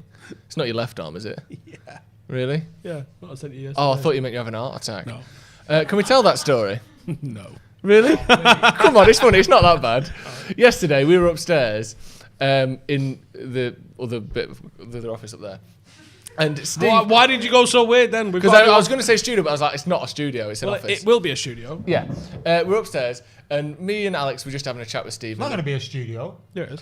Let's not have this conversation. And Stephen, also definitely is. Stephen's got a bow and arrow because, I mean, look at him. He likes stuff like that. He likes bow and arrows. He likes baseball bats. He likes like camo and that. So Steve's got a bow and arrow, but we took his his arrows off him because he's scary. So instead, we were just chatting, like talking about, you know, what we're going to do for the watch along and stuff. And then Stephen's getting these corner flags out of this like sleeve. Like, Steve, what are you doing with them corner flags? And then he loads up a corner flag in the bow and arrow and points it at me and Alex. So we shut the door in the room and we're like, Steve, don't do this. And then you just hear, oh, fucking hell. And then you open the door, the corner flag sprung out of the bow and arrow and slapped against his arm. And he's got the biggest... it was the string. Oh, it was the string of the bow. So the biggest penis-shaped bruise on his bicep I've ever seen. It's a recurve bow and it's about fucking 80-pound pull, right? So it's meaty. Like, I could put it through Adam if I had an arrow. Like, it would go through him. It wouldn't just stick in him. It'd go. That's because through he's him. skinny though, isn't it? It might stop in you. It won't go through me. But it will power through, and you can use it for hunting and stuff like that. Because the corner flag is not a recommended thing to be loading into a bow and arrow, I had to turn it on its side, meaning that my arm's in the wrong place, and I caught... Like Xena, Princess I caught Warrior. my elbow. Xena. Someone says Steve Rogan. I think that's kind of the vibe. Imagine Steve with a bow and arrow, but it's a corner flag because he's also a football manager.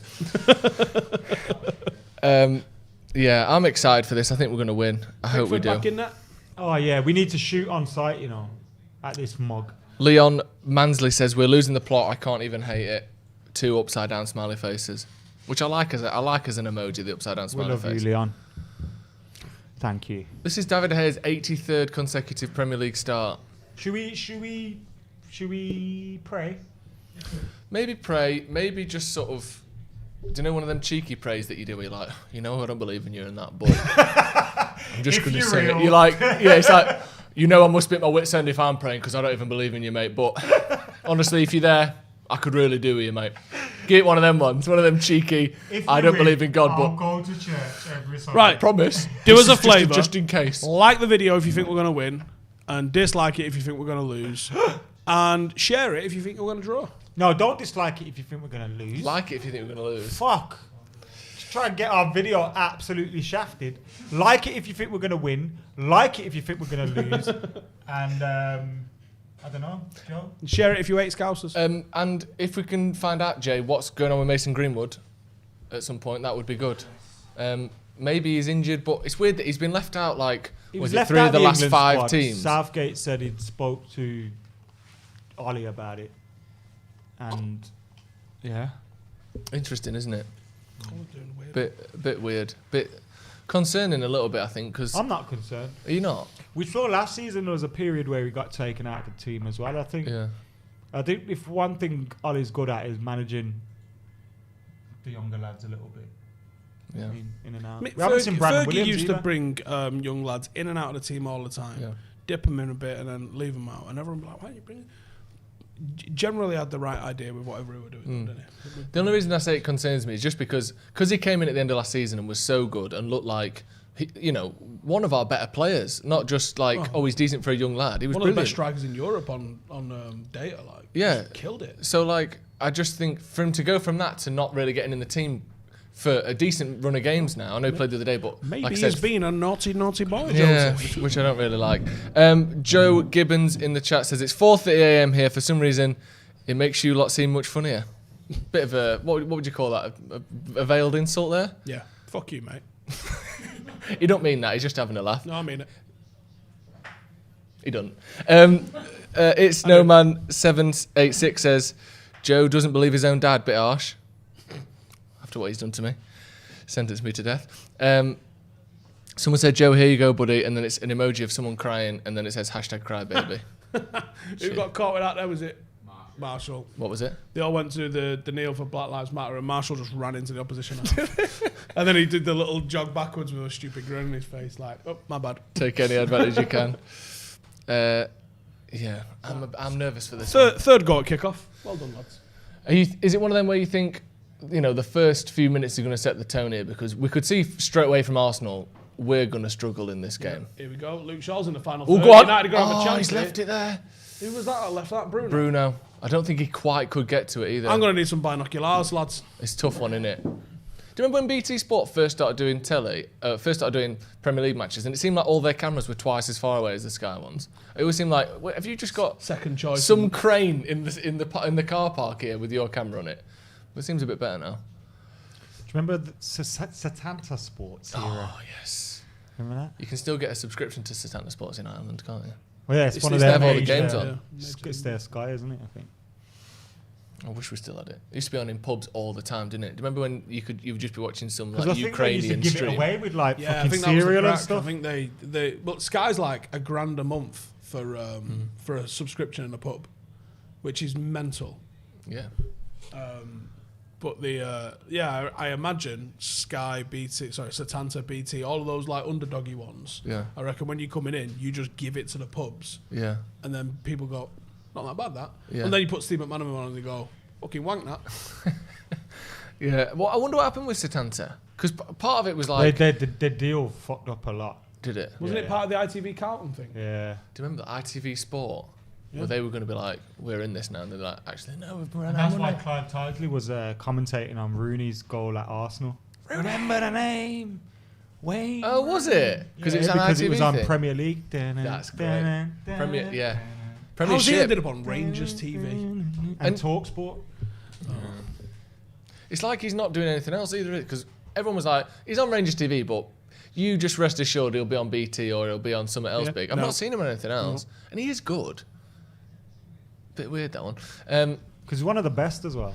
United already crossing the halfway line with more ease than they did against Arsenal. Like, we didn't get in this position. Oh, fuck me.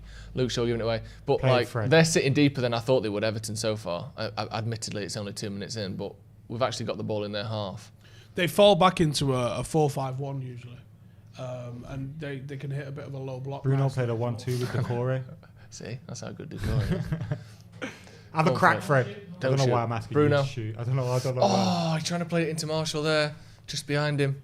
I feel like he should have went for Wan-Bissaka. Good call, Mcguire there. Well, yeah, actually looked like there was some communication on the pitch then, didn't there?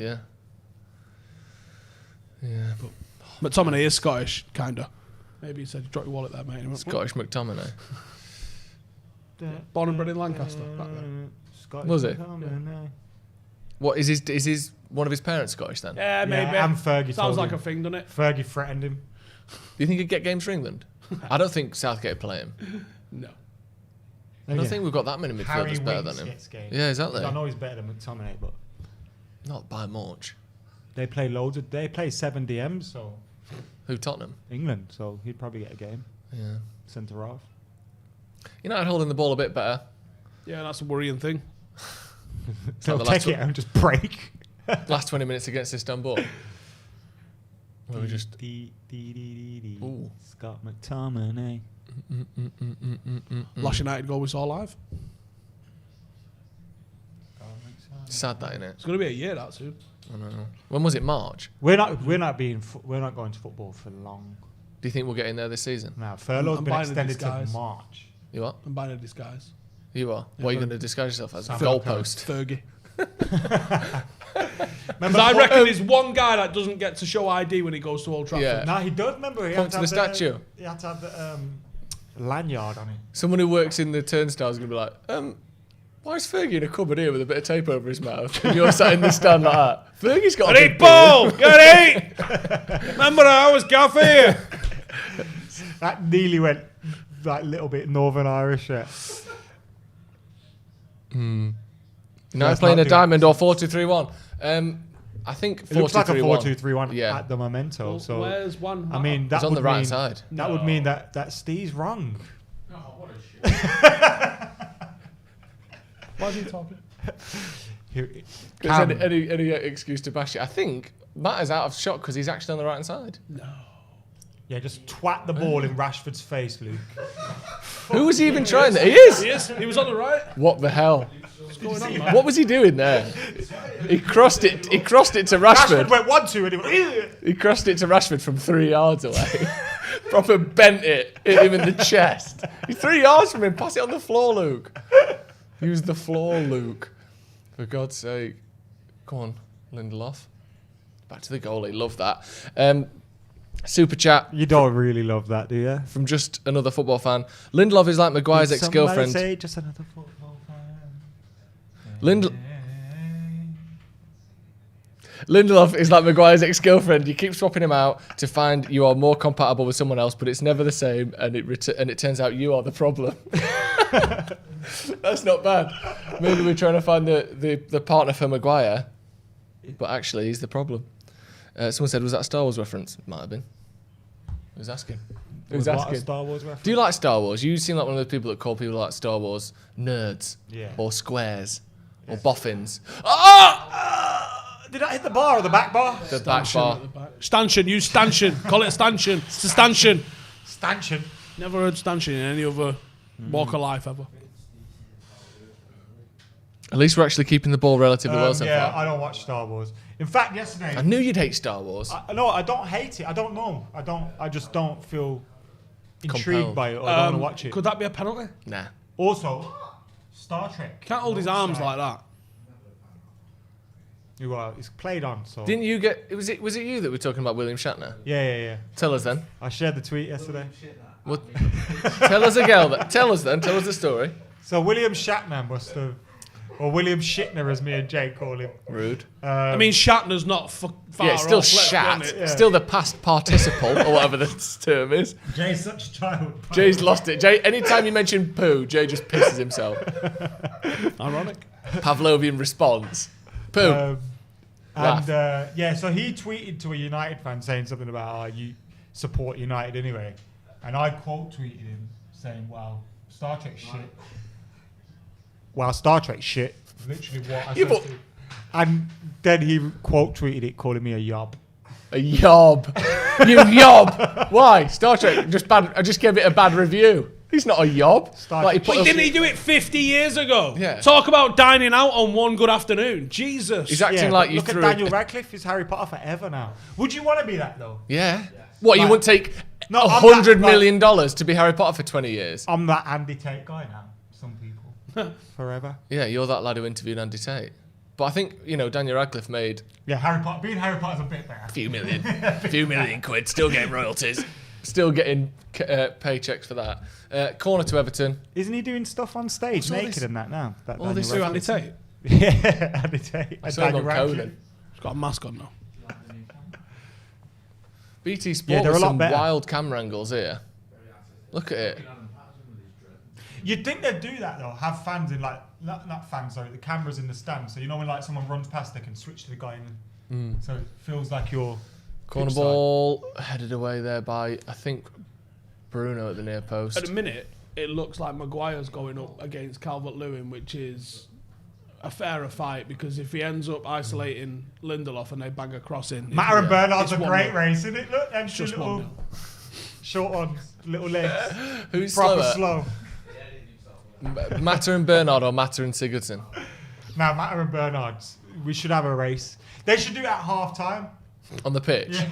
Like sports day? I need more than that. Just doing widths? Rumbelows Cup final in 1991, it was 100 metres race at half time. I think Ian Wright was in it, wasn't he?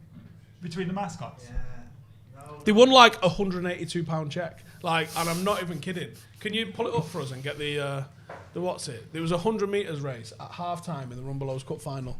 Why? The Rumbelows Cup, is that the Carling Cup? Yeah, Coca-Cola Cup. But it was cool in 1991. Because everything was cooler in 1991, wasn't it? I like the League Cup. Including the... Because it's one of the only cups you can win these days. Here we go.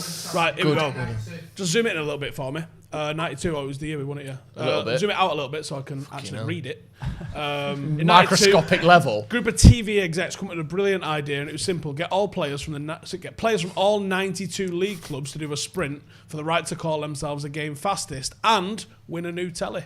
Like what Les Ferdinand needs is a nice new telly. They used to give tellies away for man of the matches as well. And there's Tell another me. one collecting it on Granada. Like many Reports. of the greatest and wonderfully drunken nights, it was completely unplanned. Swansea City striker John Williams and his teammate John Ford were staying at the Hilton, intent on having a quiet evening, but then they discovered there was a free bar. John was a big lad, he could put them away. You don't get that anymore, do you, in Premier League football. Put them away. Whereas I wasn't a drinker at all, remembers the other Premier League player. But we had some steak and chips. This sounds like parody, but And one thing led to another. Come on, let's celebrate with a couple of pints. Scroll it. Miles away. Of course, 1 became 2 and 3 became 4 and a bottle of champagne. Yeah, come on, find me the race. Come on, find me the race. All right, hang on. Go back up. It was there. Fucking hell. It was the 92 Cup final after in the race, the British Fastest Football. You were saying because you can't catch pigeons. Yeah, anyway. The race was for the title of Britain's fastest footballer. Come and tune into your granddad reading the internet. Jesus. Fucking hell.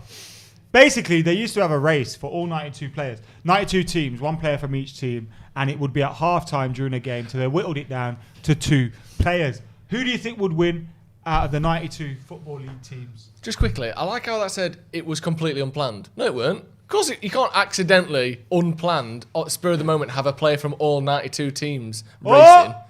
Who do you think would win? Daniel Adama James. Traore? Might come in handy for once. Got a Traore, I would think, up there. Well, it's 100 metres as well, so you got to think, like, Marcus is probably rapid over 20, 30 metres, but has he got 100 in the tank? Sometimes people who are a bit like, who was it who used to be always near the top over 100 metres? It might have even been someone like Mcguire, or someone where you think they've got longer legs and a bigger frame. Van Dijk Where the fastest in the Champions League last year. Yeah, someone like that, where they're a bit more built rather than... It's also the fact that they get a chance to do a full sprint, because very rarely on a pitch you're seeing people do a full sprint. Antonio Valencia, when he did that challenge against Liverpool about 2012, he managed to clock up a mad one because he proper went for it, and he had like 30 metres to go for. But very rarely a player's running into 30, 40, 50 metres of space Certainly when not in they've straight got lines. when they've got to just go, and it doesn't happen that often. No. So I think it'd be interesting. People think, oh, Dan James is quick, but he's quick over 10 yard, which is because he's about 4 stone. Yeah, I think it's going to be someone who's maybe a bit taller, a bit stronger. Who I think Rashford might be up there. Yeah, maybe Rashford. Yeah, I think Rashford has got to be up there. Maybe even someone like McTominay, where he's just a bit of a longer leg, bigger frame. Who knows? Everton have had the ball for the last 5 minutes. You think McTominay can do it all, you don't you? Because he can run 100 metres. He can do it all. He can run quick. That's all. That's all you need. You literally said 2 of the slowest players in the team, won the Maguire and McTominay. I'm trying to say it's for the someone who might 100 metre surprise you race. is the point I'm making. Yeah, but He won that the would ball be a there, but Luke surprise. Shaw got dragged right up by James, and Decore had started to drift into the space looking for the check back. Worrying stuff. They've had the ball for the last 5 minutes. Why has that happened? Why can't we just have It's the David ball? De Gea's birthday today, isn't it? Is and it? Rio's. Yeah. They always do that. They'll make a fuss of it if we win. But otherwise, it's like, happy birthday, manager's sacked. You can't have that. So yeah. What was your birthday present? So Scott McTominay is a little bit faster than Matic, who's a little bit faster than Mata, and Luke Shaw came in his slippers by the looks of that. But what distance is that? That was the Lukaku thing that he That's speed. Sprint, That's speeds. Sprint test. He just a sprint test. Sprint test. That could be 10 metres though. Lukaku would have been good over 100 metres. Nah. Not remember against Daley Blind from the halfway line where he was about 10 yards ahead of him Against by the time he got to Daley the block. Blind. Yeah, but he's still a footballer. It's like saying I was quick against Steve. Nah, Lukaku's quick. Lukaku's quick. Fucking hell. Gareth Bale in his prime, although he's not Gareth Bale in his Luke prime. Shaw used to be quick.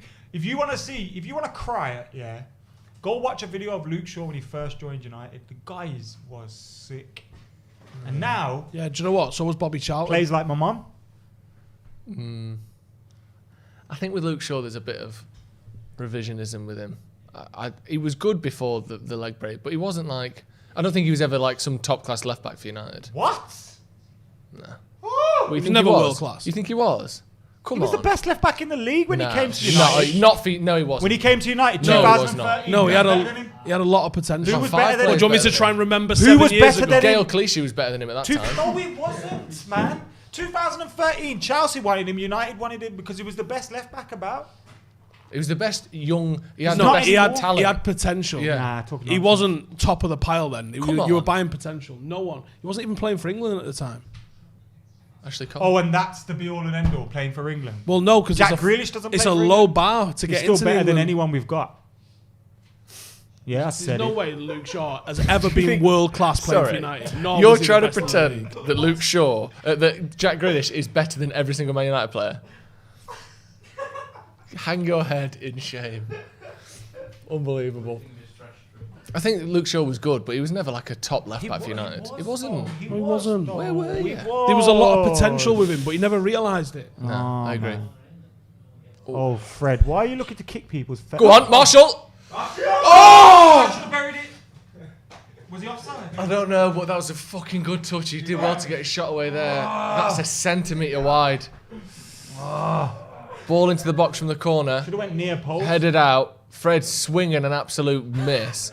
Then he wins the next one. Marshall's He's well onside. on. Takes a touch, puts it past Pickford. I don't know. How did he even get that shot He off? did well there. He's done well, but it's a couple of feet wide. You know when the defender's coming in and you have to change the angle of your shot?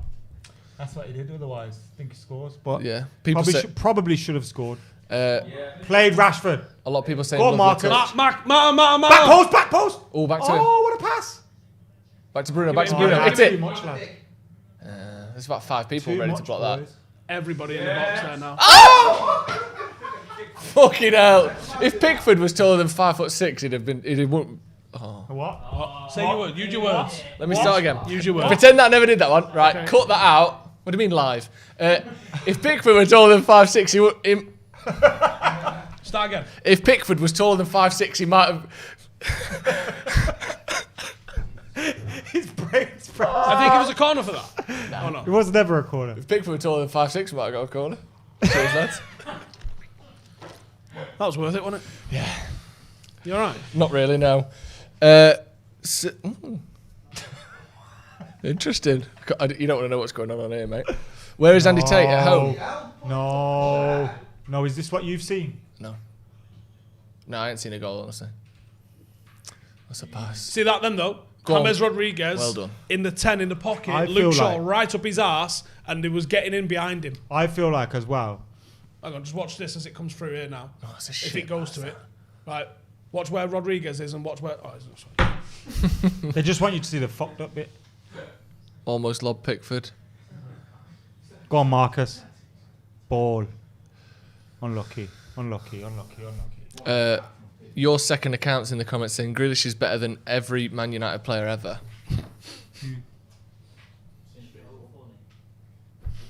House and in, interesting.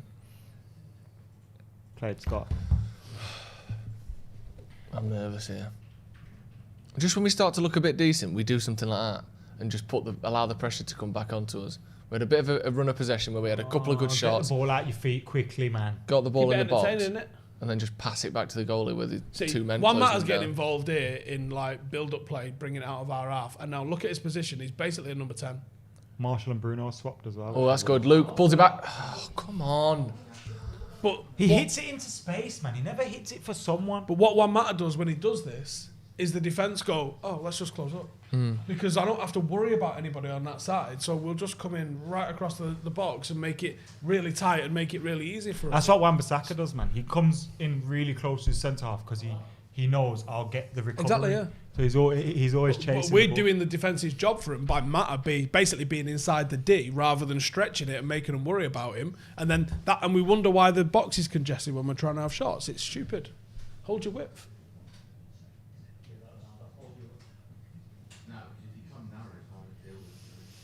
And you can't create the overload because no one. Why is fucking Lindelof on Calvert-Lewin there? 1-0 Everton. Why is Lindelof jumping with Calvert-Lewin? You just said it 2 minutes ago. We got Harry Mcguire, who's one of the best fucking headers of the ball, or at least good at winning headers, and you've got Lindelof one-on-one with Calvert-Lewin. Fuck me. Pathetic. Shall we clip up Steve saying if he goes 1-on-1 with Lindelof, it's going to be 1-0? Because I think we just called that one. What is that? Obviously, Calvert-Lewin's going to want to stand on Lindelof because he's not stupid. But you can't let that Here we happen. go. Replay. Ball's going up. Yeah, he's just Nods it on, straight to I don't even know Bernard. if Lindelof got to jump then. David Hay gets beaten at his near post, which is no good either. Look at this. I'm sorry, you've got to win that. You've got to win that. No, it just goes through Wan-Bissaka's You've got legs. to win that header, man. You've got to win it. Again, where's the recovery from Lindelof? He's not sprinted back into position here at all. Fuck. Got to win that header, man. Fucking shit. I praised Lindelof earlier because I think he's done well recently, but you've got to win that header, I'm sorry. Or at least foul him or do something.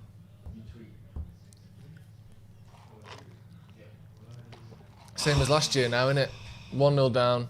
Let's hope fucking Bruno can smack one in from 25 yards out. Oh, we twist and they sit and then push when they find a gap.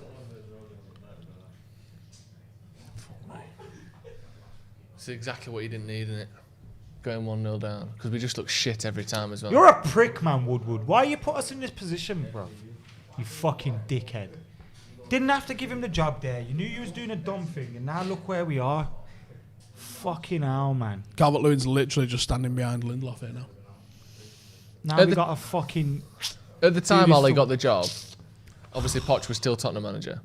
Who would you have appointed at that time? Doesn't matter. Would you have just still gone for Doesn't Poch and tried to get him from Tottenham? How easy that was. There's not only one football manager in the world. Well, no, that's what I'm asking. Who would you have... I don't know. All right, but you give the guy the job on an interim basis. He wins like 13 or something on the bounce, and you go, I'm getting rid of him. All you'd have had is, no matter who came in, if they didn't have the same record, you'd be like, get Ollie back, get Ollie back, get Ollie back. Of course you would. Because you don't make your decision in the middle of a season based off pure emotion. Like of course you do. But it wasn't based off emotion, it was based off results. It was based on facts. Results. It was based off emotion, bro. No, it was based on facts. Silly. It was Also, based you off had emotion. You had. It was based off hope. Can I finish? We fucking bought a dream like we did with David Moyes. No, that's literally all nothing we did. like David Moyes. It was. He came in and proved what he had. No, we didn't. Also, he had 14 players whose contracts was due to expire.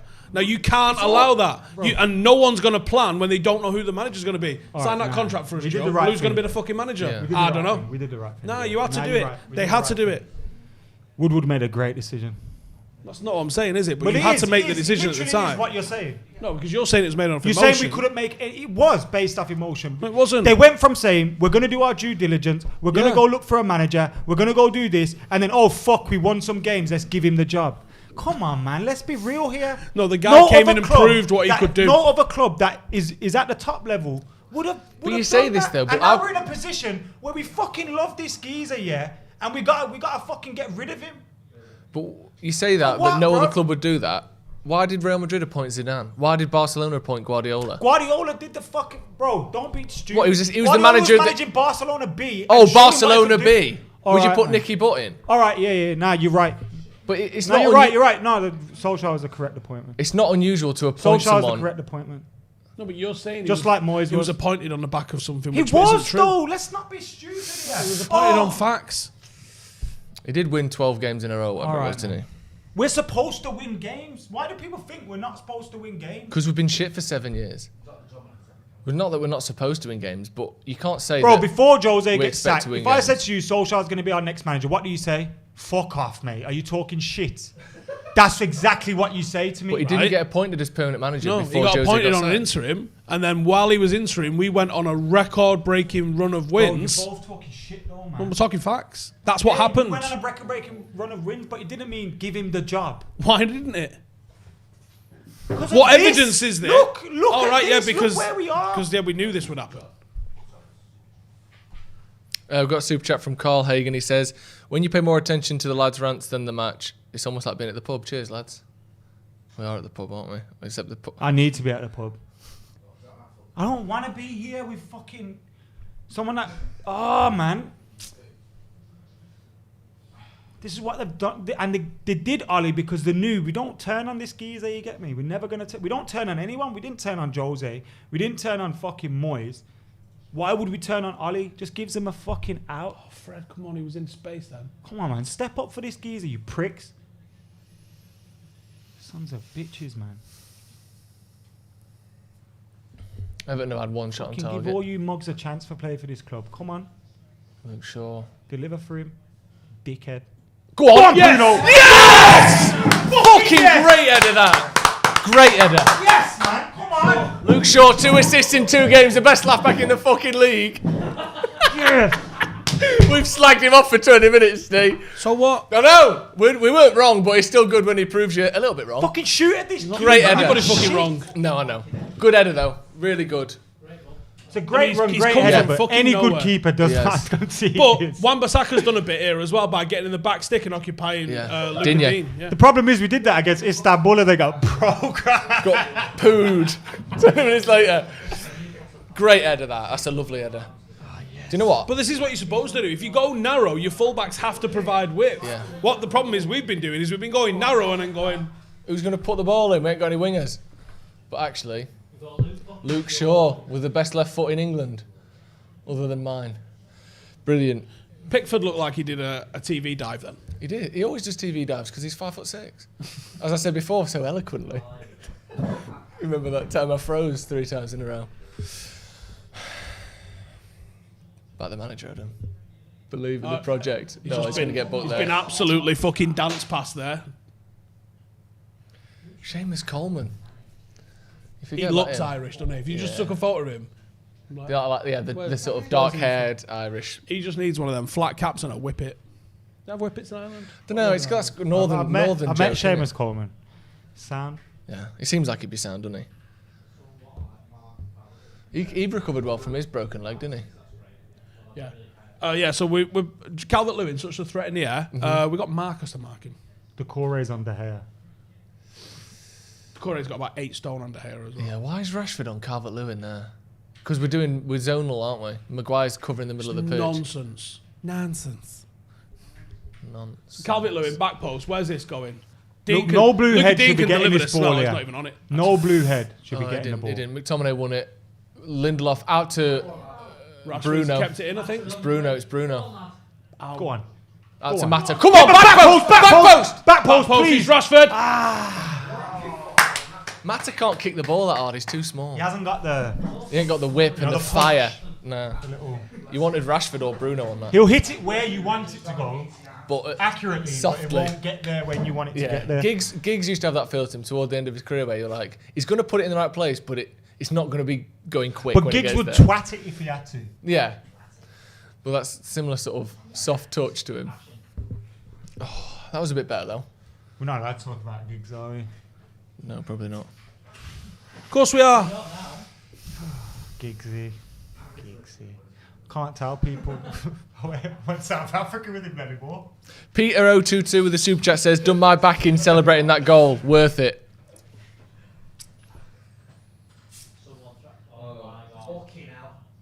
Luka Digne. Oh, he's at the bar or the post. He hit the post. And you dickhead, what are you on about? Back the manager? Back him? It doesn't mean it changes my opinion that I think he's out of his depth. It's just a joke, mate. Yeah, but fucking stop talking wet, innit? Just a joke, mate, that's all. Don't need to get so worked up about it. Disrespecting my authority. Very nice. I'm hungry, man. Didn't you look like someone from... Didn't he? What's it called? Tintin. He's got a little Tintin about him. I love going, when I go Belgium, you just see Tintin everywhere, you know. Do you? Is he Belgian? I didn't even know that. He's Belgique. Oh, there's a piece. That's cut very 4 men in half. Do not say that Do not say that was deliberate. He did it on That purpose. was never deliberate. Marcus, man.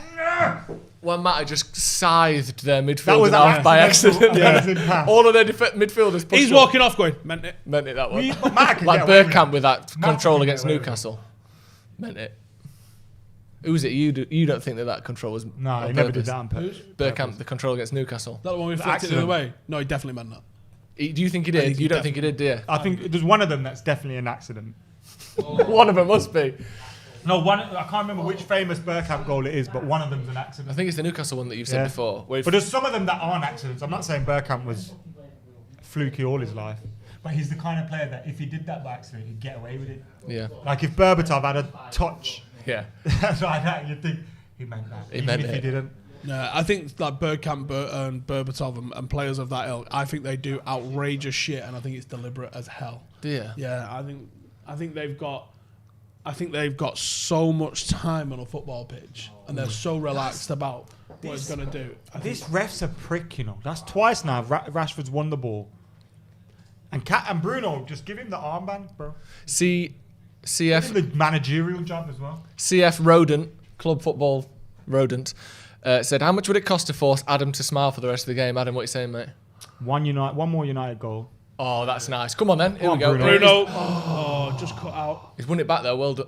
He has won it back. See that been sort fouled of there. That's a fight foul. and sort of attitude. Yeah. It lacks in the other 10 players on the pitch. And that's why he's not just a good player. He improved the whole team when he came in because he's got more than just he can put the ball in the back of the net. Yeah. He actually improves people with his attitude. Juan says Adam Yalin. It's not much Not even a foul, and he's bought it. Fair play to him. Good lads. But it does. Michael Keane fuming for you, Min. Fuming song. Yeah, fuming. Target Pickford. Yeah, we saw it in the last game, didn't we? Where Bruno, it was Pickford in net when he hit that goal from about where this free kick is, and Pickford couldn't get to his corners because he's just not that good. I love how he's got this reputation of having T-Rex arms. He's got the most normal arms ever. He's just shit. That's why. He is only like 5'10", 5'11". Not a chance. Look at 5'6". Not a prayer. Is Luke Shaw. Luke Shaw, go on, pass it, Luke. Oh, nah. Bruno in the box. Luke. A flick and that's in though. That skimmed a few heads on the way to Pickford. I rarely say these things, but he should have given it to Luke. But I see what he's doing because if that takes a slight flick, yeah, Lindelof went for it. Martial should have committed more on that, but weird angle there. Exactly 6 foot, Pickford. Yeah, which is quite short for a goalie in the modern game. We can agree. When you've got Big Willie, at Chelsea, those kind of Big play. Willie at this table as well, eh? You wish. Hey. You wish. Well, one of us has. And if not, we'll put it all together. We've got 700 likes on this video. Which come on. Is a little bit lame. Lame? Who are you, Marge Simpson? If saying I love my kids is lame, then I'm lame. Lame. Lame. Jesus. Tony Hawk at the table. Stop being so lame, man. What is it, Tony Hawk? Oh no, the Skate is called. They're bringing like Skate 4 out, aren't they? Have you seen this whole Tony Hawk thing? Like, I don't think Tony Hawk's that recognisable a guy, to be honest with you. No, he is. Come but on. I think it was Bill Visually, Gates. like what? For 1 second, I think it's the that Bill name Gates is. or Tony Hawk. No, the name Is that Bill Gates with a skateboard and knee pads on? His name is. Yeah. But like, I think if he came in here without a skateboard, you'd go, who's he? But he's got a Rashford. Whole... Oh! Yes! Fucking yes! Come on, lads. The table's all over. Rashford with a header. 2 headers. Don't touch me, but yeah, I love it. Don't touch each other, you freak. Bellend. You big weirdo. Oh, thank God. Bruno, goal and assist. Classic Bruno, innit? Steps up. Fred to Rashford. Look out for a nice forward ball to someone in space. Rashford out to Bruno on the left. Give and go. Great He's in. shit. He's well on, you dickhead. We just stopped. Yeah, he Look gets at the that. tiniest little... This chip in here, that's a gorgeous pass. He's That's just licked it with a bit of soul glow. Ronnie. Gorgeous. That's proper football, that, lads. Ronnie. He's just put a bit of soul glow on it. That's all he's done. Does he touch it? Nah, Does that's he touch Rashford's it? goal. That's Rashford's goal. The ball changed speed or like it changed. He just licked it with soul glow as it went past. Yeah. You get like. Let us know in the comments. Is that Rashford's the goal? snooker ref where they got Is the that hand on that? Bruno's goal, or is it, in fact, David De Gea's goal? Who was it that asked me to smile? Touching ball. Touching ball. That's what you got to say. Was there light through that gap? Hard to tell. Either way, great ball Just in from got Bruno. a smear of soul. Is that glow on Rashford's it. That's all 10th he goal got. this season? Is it? Rashford's 10th goal. I don't think so. No, 8. His 8th goal. People saying Bruno goal in the comments. No, That's he a don't Bruno touch it. goal? Bruno! 2 goals for Bruno. Yeah, people in the comments saying Bruno's goal. He didn't touch it. Can he have a goal and an assist for that one? But Rashford claimed that like That's what he's supposed to do as a striker. Run off goal. Only me. And the thing is, before VAR, if this was 15 years ago, that would have been a Rashford So goal. yeah, imagine if Rashford was in an offside position, would the goal still count? That's a motherfucking yellow at least. Tyler V says Harry Kane just claimed it. Oh, thank you. Yeah. Yeah, I mean, if Rashford swears on his daughter's life, if he had one, Yeah, exactly. the Premier League would give it him. I swear to God, mate. I mean, they didn't give him the one against Villa last year, which was his. Yeah, but it came off the goalie, didn't it? I get So that, do you mean that more one? than anything. But how did it get to the goalie, Joe? Can't remember. He hit it AAL. onto the post. It went along the line at the goalie. No, but I get that because when it comes off the post, it's going away from the goal, isn't it? So I get that. Is it?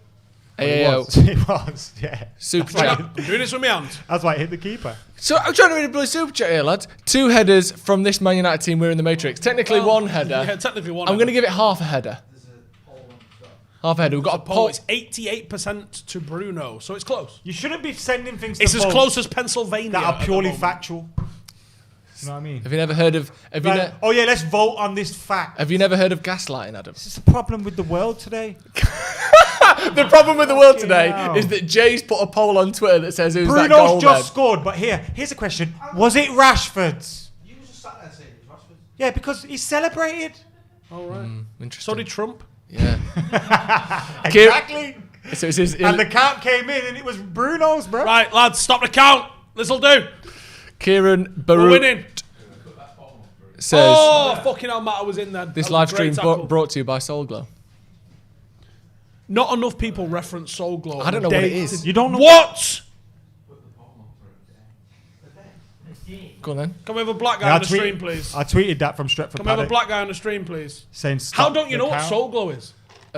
If you watched like 80s, 90s films, you'll see I didn't a watch. lot of I haven't watched 80s films because I tweeted that. I'm way too young for it. Stretford Paddock.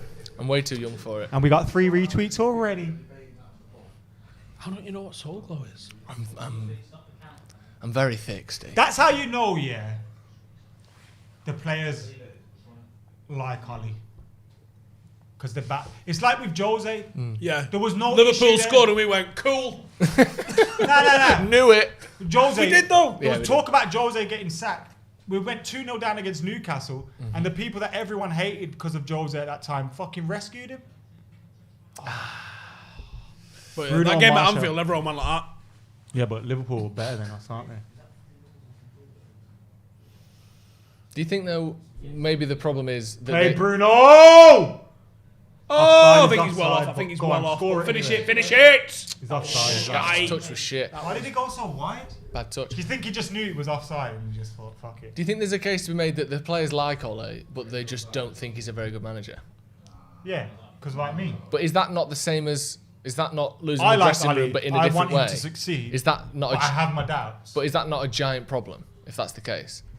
Like long term, Yeah. if you think your manager's shit, regardless of how much you get on with him as a bloke, don't you think that we're going to struggle Yeah, to it overdo is. anything? But I suppose like, if you have that respect there for him, you'll dig in when you need to. Or maybe it's like a tactical thing as well. Like sometimes they look at his tactics and they think that makes sense, and then you get the application from him, and that's why we beat PSG or Leipzig. But then you go in against Istanbul, and they probably think, why are we playing like this against these lot? And then you get What get the tactical reaction. instruction is it to just fucking leave Demba Ba in? No, I know, but do you know the point I'm trying to make is maybe in certain games they all right, yeah, this makes sense, but then in other games like, is this within us? Is like a beneath us almost?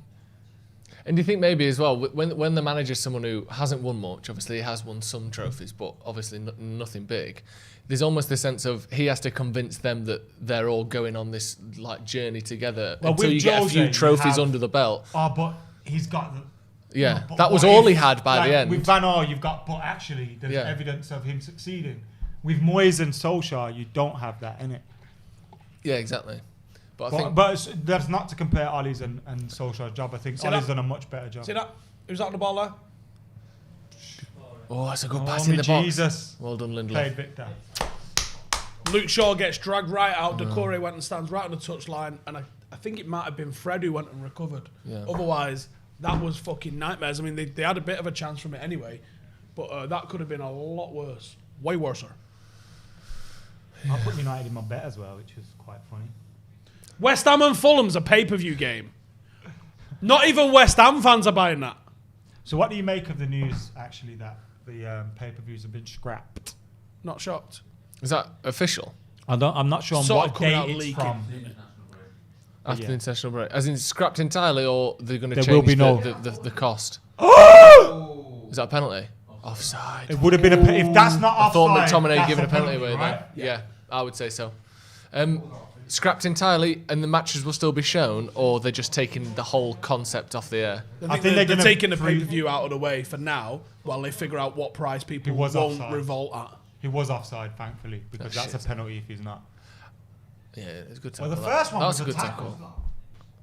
Oh, that's not even a foul anyway. It's got two good Kind of got tackles, the ball, yeah. as it turns out. But you know what Yeah, it is? they're going to go back Scott's and got try the and ball. find what price point people aren't going to riot at. And I think that's free. I think $4.99 for a game. Like it's like now TV prices. Yeah. You know, like that's you can justify that. Yeah. Like I rented a film last night on Amazon. It's £3.50. Yeah, something like that. Fine. That's Not somewhat even understandable. Not even a Fuck out of not here. even a second thought. I got Amazon Prime, but I have to pay for this bitch. Juan Martinez with a decent point actually in the super chat says, not one summer transfer on the pitch. Truly backed with players all they wanted. Imagine being told for a year that Sancho is coming at right wing for the 4-2-3-1. That is a decent point that not one of the summer transfers are on the pitch. Now maybe Tellez might have been if he didn't have COVID. I know a lot of people are going to be like, he picks the team. That's a red card, that isn't it? Did he get stamped then? A lot of people are going to say he picks the team and they're accurate. Yeah. That's correct. But if they're not physically ready enough, Bruno got clapped. then they're not going to be physically ready enough. And also, were they bought? Was Donny van de Beek bought to be a first choice player? The talk was that he was back up to Bruno and back up to Pogba, and that might actually seem a bit of the case. I think you're right. Tellez probably would have played. Yeah. But Cavani, was he ever meant to be 50 games a season? Absolutely not. No. So but you signed him 3 weeks Palestri, earlier. not even a first team player. You signed Cavani 3 weeks earlier though, and he can play against Arsenal and Chelsea. Yeah, he can play. It's the frustrating thing. Show that challenge again, man. That was naughty. That was. Our second or equal most expensive player, depending on add-ons. Yes, Bruno! Amad Diallo could be up to €40 million. Isn't even Yes, here till, lads! Come on! Isn't even here till January. Stop touching me, you fucking idiot! Fucking knob. That's a foul there, you pussy! You shut up, Cam. Look at this. Stabbed him. Good tackle. That's a great tackle. Got the ball. Game's gone. Game has gone, actually. I like Bruno. He plays angry, man. I want fucking everyone to play angry. Then when you said you'd hate to play with him about 5 days ago. Yeah, in the final third. It's like playing with Ronaldo Brown over there. Man are clear everywhere, and he's just I'll just run around for a bit. He's so willing to assist. He assisted his own goal in that second goal. Yeah. Goal and an assist. One goal. How is that possible? Shit, Bruno's down. He's down though. What's he holding? Hamstring. Oh no. I thought he was holding. He needs to take a breather for a bit, doesn't he? A little Bruno breather. Bruno breather. He's taking his boot off here though. This isn't a good look. He got stamped on the side of his foot by Seamus Coleman. That's what I just said. I hope he hadn't done one of them metatarsals. Do you remember when when Beckham broke his metatarsal? Yeah. And ever since then, Everyone saw, broke them. Well, you say that, but for a little bit, people did. But people were like this injury. We're going to see this more and more with the thinner boots and all that. You didn't really, did you? Rooney did now it. you hear foot break, don't you? You don't But, hear but it's not that common still. It's no more common than it was. And then. he broke it because that geezer from, was it Deportivo we were playing? Went in studs up on him. Yeah. It's a good cross from Luke Shaw. 2 good crosses in 4 days from Luke Shaw. Bruno getting under that was And outrageous. I'm sorry, but crossing a football is one of the easiest things to do. He should do this so much more often. But it's great to see him doing it. 2 in 2 weeks. It's great. It's great. But he still needs to get dropped. Yeah, absolutely. That's a point that I think a lot of people don't get. Is that Tellez is infinitely better at this. And maybe what we're seeing is United in training are working a slightly different system, anticipating Tellez coming in. Maybe. And also, a funny would couple that of good be? crosses from Luke Shaw. Luke Shaw goes and proves the reason we bought the next guy that's replacing him. High five. If Luke Shaw gets a bit better at crossing, it's still not going to be as good as Tellez at crossing. It's his defending that needs to get better. If you're going to say, I'm better than Tellez, but in a different way, that's one way. But you're not going to be better than him at crossing in 2 weeks just because you've decided to chip the ball This is the in. Wan-Bissaka factor. Yeah. You go, Wan-Bissaka, you're really bad at going forward. And he goes, I know. He goes, yeah, I know. He goes, I know I'm really bad at going forward, but no one's getting past me at the other end of it. Exactly. And they go, that's a valid point. Yeah. When you go through the squad, there are a lot of players who have got genuinely world-class portions to their game. Like Martial's dribbling and finishing and really high-end. Is he planking? That's a shit. Oh, no, he's knocked out. Did he get kicked or punched? Yeah, I think Shin. that was a shin. Shin in his chin. Shin to the I don't know if he got knocked face. out, but he definitely got kicked in the shin. He's not there. knocked out. Can we get some If fucking he's hit his medical nose, team on though. there? That was bad, that. It's a shit jump, though. Yeah, but... No, that's bad, that. That's bad. Why is his leg up there? That's dangerous, bro. Send him off. No, it's not. It's just Send part him of off, jumping. bro. That's dangerous. He's not That's lifted a out rough to the one, limit. that. Is he? You've endangered a player. Simple. All right, well, you shouldn't cross a ball then. Simple, innit? Endangered species. Endangered species, yeah. Yeah, that looked bad. That's one of them where it might crack your teeth as well, that, because he kicks his mouth shut, doesn't he? Dortmund Munich tonight, 5:15. If this was 6 months ago when the Bundesliga came back before every other league, I might care. Come here, mate. What are we doing, last man standing? Yeah. Come on, you bastards! Mönchengladbach Reds, Greens. Everyone was like, you know what? I might just get into German football. And a week later, everyone was like, it's not United, is it? I don't care. Yeah. BT sent me a thing and they're like, do you want to go now support these? And I was like, okay. So they sent me a little thing. Like, I think Spencer got a signed Dortmund or Bayern Munich shirt or something like that. I was like, ooh, wonder what Steve's going to get. I got a cap for Paderborn. There's obviously That's a good. hierarchy. And you've never worn that cap, Steve. No wonder they haven't sent you out else. Awful. You're showing them just... Is Martial gone off there? Is he back on? His head If you'd like to win a Paderborn cap, stay tuned. Well, we'll be doing a giveaway for that cap. Steve's stretched it out a little bit. Got some gel in it. Never wore it. Did you not? No. Can I have it? Yeah, I mean, talk about stretching it out. Yeah, my head is an actual prop in a pantomime. It is quite large. But his tongue, people saying, yeah, that wouldn't be good. We don't know, obviously, but... Go on, the Fred. A lot of potential give a free for kick that. away. That From didn't that, look like a foul. he won the ball, didn't he? It didn't look like a foul. Let's have a look what Guan in. Oh, it's a foul. He gets absolutely nowhere near the ball. Yeah, that's a foul. That's exactly how a foul works. Yeah. What time are we on here? 46. I'm Roberto says, Joe Whidding, the president of Stretford Paddock, has hurt Adam. That's why he's angry today. You ain't president of shit, bro. Well, I was voted by the electorate. Yeah. What electorate? And much like Trump, do you think we're paying any attention to that? I have weapons. You're just an angry weapon wielder, aren't you? What's your point? Really, you need to respect the fact that I won the election. Ball in the box, headed away by Luke Shaw, who's been good today. Let's say it, if we're being honest. You don't have to say he's your favourite player. He's got an assist. That's it. He's got an assist, but he's got dragged out of position all over the place. He won a fucking header and got an assist. Luke Shaw, Ballon d'Or, everyone. Well played. This Fuck is why off, he Joe. got Player of the Year, because of bellends like you. I wouldn't have given him Player of the Year. Pogba was He way back stayed then. fit for 6 months. Give him Sir Matt Busby Player of the Year. But I didn't say that though, did I? You've got no nuance because I say one thing about him in one game and you say I would have said he was Player of the Year. No, but you don't. You're the one with no nuance, his whole mate. Performance off that assist. No, I haven't. Yes, you have. No, I haven't. You said he played good. Yeah, I said he played good. Did I say it was just because of the assist? Well, you based it off that. How do you know? What else have you based it off? That header. The fact that he's got a couple of good tackles in. The fact that he's done more in the final third in the last week than I have seen him do in the last 12 months before that. No, that's because And you're praising him for that. He sets a low bar. Yeah. He does set a low bar. He comes in, isn't horrendously shit, and everyone goes, Player of the Year. All right, let me rephrase like it this then. Daft Cunt when he was saying he was world class in 2015. Yeah, exactly. Let me rephrase it then. By Luke Shaw's I didn't standards... say he was world class. I said he was the best fullback. He's been good in the today. league. Best left back in the league. World class. In the best league in the world. This isn't the best league in the world. Come off it. Of course it is. The Championship is. Told you this. Not quality-wise. How many times do I have to tell you? Ask Will. Will. Oh shit! He goes League One's the best. So would yours if Roman never come along. Bruno. Switching it here. Out to Wan-Bissaka. This is going to break down. Go on. If only he was as good as Luke Skin Shaw him. going forward, lads. That's That's a good cross, that. Scotty. Oh, Marshall's. How laboured were them step overs then from Wan-Bissaka? It was like he'd heard of what a step over should be. Yeah, he saw a drawing and of then it. try to figure it out on the fly. Fred and McTominay absolutely sandwiched fucking. That's them Dominic. two. Bruno's just... Oh, fucking get him off! Fred! Get him off, Fred! Oh.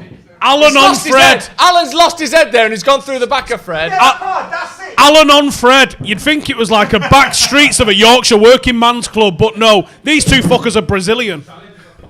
Right, what's going on here? So he pulls out of that, and here we go. Hadouken! Oh, it's a yellow. Sorry. It's barely a yellow. It's barely a yellow. We can't see shit up here. No nuance. It's a red card. No nuance to this. Yeah, innit? Sure. Not bad. Now you know why we overreacted, because it was getting hot in there. It was. for a second. That midfield battle was turning up a little bit nicer there. Should be half time in a sec. Go on, Marshall. Martial inside the box. He's got about 4 around him though. Oh. Lays it off to an Everton player. That was smart. Right, it's half time. United have come from a goal down. That's nice to see for once, isn't it? Because normally we're a goal down and we just fucking have the ball for the rest of the match and do shit all with it. So I think we've probably had a little bit more possession in them than in them that half third. They're a low block in them that half third. I'll go back, Steve. In their half. In that Did game. you just crash? Yeah. Blue screen. Stephen has had a problem. He's going to need to restart.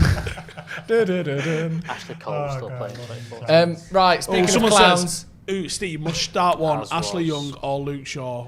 Who am I taking? Probably Luke Shaw, to be honest. Yeah. Oh, or Ashley Young when he first arrived at United. No. Up front. It was good for a bit. Right, we're going to go over to Alex and Jay through there for half time. Hey up, lads. All right. Yeah, great focus there. Great focus. Anyway, By the we way, are guys. here. Yes. Welcome Look to like the I'm a bit halftime blurry show. now. I feel like Very I'm blurry. Don't back worry, on the we're bit. back. What do you think of that then? So far, so good-ish. Yeah, it was a freaking shocking start with the goal that we all kind of predicted. Lindelof doing what he's really bad at, which is trying to win a header, and then Bernard. I mean, well done for Bernard. I mean, to be fair, he done well standing up Wan-Bissaka, who's one of the better defensive fullbacks in the league. Good finish in the end, but after that, the reaction's been fantastic from the players. You've not seen us sit back. Scored two very, very good goals. Bruno's been Bruno, class. Bruno's been absolutely fantastic this half. Guys, get involved in the comments as well. Can get the comments up. Let us know what you think of that half, what you think of the performance so far. Before the game, and I know I hate the word sort of passion because it's more than just that. But we said we wanted to see these players step up. We wanted to see these players repay Ole Gunnar Solskjaer's faith in them because he'd either stuck with him, put his arm around them after Mourinho, brought them in to the club, or just, put them in their position and let them sort of shine. And we wanted to see them repay it a little bit because it doesn't feel like down tools or anything like that, but it felt like we had another level we could reach. And we certainly did that after we conceded today. You've seen the players kept going for it, roll the sleeves up and Absolutely showed a bit of class as well. I think that the most impressive thing about Bruno wasn't maybe just the goals, but you've seen him towards the end there. He got fouled and they kind of played on. And he, winning the ball back, putting an extra tackle in. Fred as well doing that. You saw that run, the tackle he did towards the end of the first half. Yep. Someone's got dragged out of position. Instead of just standing there and going, you should be doing that, he's come back, he's won the tackle, got the ball, and then bollocks, I think it was Wan-Bissaka and McTominay, for getting caught out of position, which is what you need. Instead of waiting until they scored a goal to say, why didn't you do that? Actually filling in and doing the right job, which is much better to see. Welcome to 905 Alison as well, just a new member. Can we get the comments up on here? Yeah. So I'm just going on my phone. Don't worry, Cam's sorting it out. Someone saying Martial's been crap. I think that's a bit harsh. I don't think Bruno is magic. He wears a magic hat. There you go. Not quite ready to start giving him Roy Keane chance, but I know what you mean. He has been magic this half. I think the thing with Martial is I think their centre halves have done well, but he's kind of occupied space, which Bruno's kind of filled in and done that. And same with Rashford with the goal, running into the box, which is what you need. Sometimes the goals that we're scoring, Martial isn't looking like he's in it, but just his involvement, him dragging people out of position. Steve's been saying that about what James Rodriguez has been doing to Luke Shaw, bringing him inside, allowing the space on the right side. I think Martial's been doing that, creating a bit of space for the likes of Bruno and Rashford to get in and get on the score sheet. Got a chat here. Can we get the comments on the screen, Cal? Hamigo says, I love Martial, but he's had an awful start to the season, and today in particular, Cavani has to start games soon. I don't know. No, the guy's scored 23 goals this season. I think if you stick with him, he will get you goals. Not having his particularly great spell, but in the Champions League, he scored a couple of goals, and I think he's always a threat. Cavani is going to get games. We know that. I don't know whether now is the time, though, to drop Martial and being brutally honest. No, but definitely not. Get involved in the comments, guys. Let us know what you think. Rashford and Martial, both Connor Gates says Rashford and Martial both been poor, so wasteful in possession. I think that's I harsh. don't know, am I being a bit kind here or whatever? I don't know. I think they've been all right. I think that you're forgetting that Everton are quite a good team. They've had a decent start to the season, and they know that the risk that Martial and Rashford can cause, and they've pressed them well. Seamus Colburn's a good fullback, done well against Marcus Rashford. Same thing with the centre halves occupying Martial, but that's left more space for Bruno, and that's why he's done what he's done. We've got some stats here. Total shots: Everton 3, United 8. 1 on target for Everton, 3 for United. Possession pretty even, 49% to Everton, 51% to United. Pass accuracy again pretty even, 86% for Everton, 85% for us. Clear chances, no clear chances for Everton, 2 for United, 1 yellow card for Everton, none for us, a corner apiece, 2 offsides for Everton, 1 offside for United. I mean, the overriding sort of, or the thing that stands out there is the fact we've had more shots on target, which is, you know, what you want to see. And Absolutely. other than that, it's pretty even. I think that the goal that they scored, apart from that, they haven't really created too much. They haven't really troubled us a little bit. There's been a couple of dodgy moments, but we've defended quite well. They've not really done too much.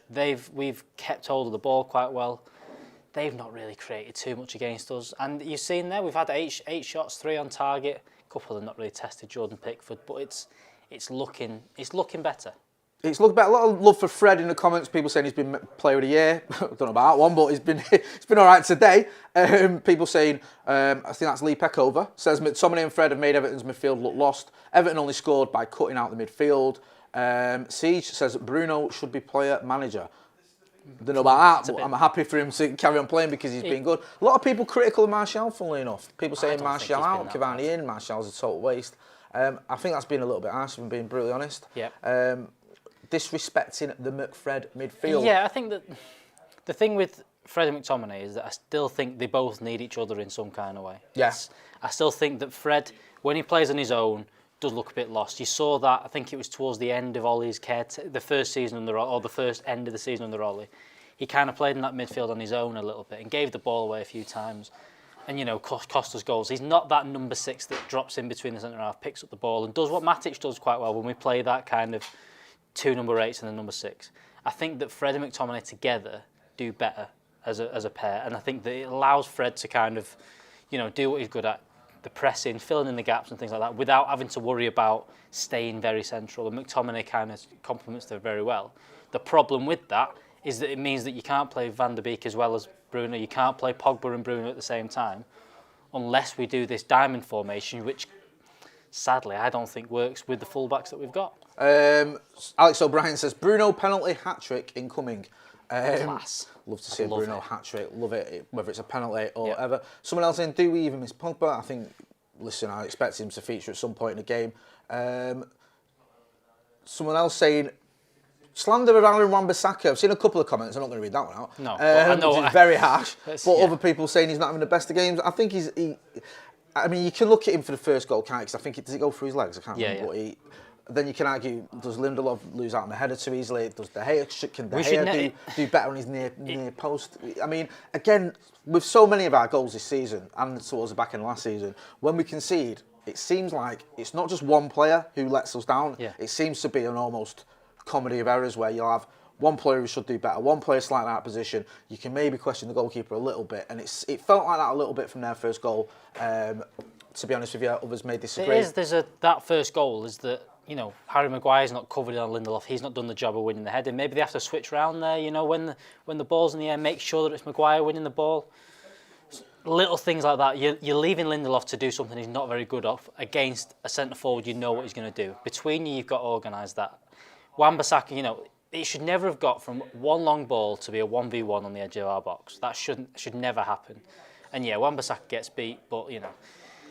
You can't really blame him for that one. No, I mean, yeah, exactly. Someone's saying Aaron Wan-Bissaka can't play for the entire defence. Luke Shaw, you mentioned him earlier. Bit of a mixed bag, to be honest with you. Can we go in the comments and look what people are commenting and get rid of some of them? Yeah. Yeah, some people saying about Luke Shaw. I think the lads were saying that, yes, he did a good assist, but defensively, he was found wanting. Yeah, he looks laboured out of position. You know, he kind of gets caught forward and never looks like he's busting the gut to get back. That's the problem with Luke Shaw, and that is... There's a reason why Alex Tellers has been bought. The one positive you've seen with Luke Shaw right now is that he's starting to put a few more crosses in. Because he almost looked... I mean, I said it on Wednesday night against Istanbul. He almost gets there and he goes, what's the simplest thing I can do here? Is it play it sideways to Marcus Rashford? Is it just cut back inside and hope for the best? And it's always... Maka said it as well, it's always into space, it's not picking someone out, but he's starting to put a few more crosses in. There's a reason why he's been taking a few more corners. He's obviously got a decent left foot on him to put a cross in. So we need to do that more. We need to have the players. The other thing about that is that Bruno making that run into the box. I saw something on Twitter the other day about, I think... Sorry, on Twitter, it must be true. No, but a clip of United against Wigan, I think, from fucking 2008. Those were the days. Those were the days. But United were putting crosses into the box, and there was 4 or 5 players within the first minute in the box looking for a header. That's a very good point. And there's one thing about, we blame Wan-Bissaka and Luke Shaw not doing enough in the final third, but we need to have 4 or 5 players to aim at in the box when we're trying to put these crosses in. Maybe that longer term, or something longer term this season, is where Cavani comes in. We know that he's got a bit more of an aerial threat than some of our other players, and we know that he likes to get in and around the box. Maybe that's what's going to happen. Someone's saying there that Alex Tellez has been teaching Luke Shaw how to cross. Listen, over Zoom whilst he's been quarantined. Luke, I've watched a few of these. Philip Legan says, playing well, but do you make a sub at half time? Personally, I wouldn't. Baggers? No, I wouldn't. I think it's been working quite well. I think that for as much as we went one goal down, I think that we've controlled the game relatively well. I wouldn't change anything. Can we get rid of some of these comments? I wouldn't be changing anything at half time. I do think that the Pogba, I think Van der Beek maybe come on towards the end of the game, maybe offer something. Maybe Juan Mata gets a bit of a break in the second half. Add a bit more legs in there. So let's see what we can do there.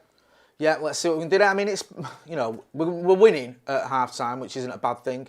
So that's what we were hoping to do. Obviously, it's not had it all our own way. Yeah. They got a goal.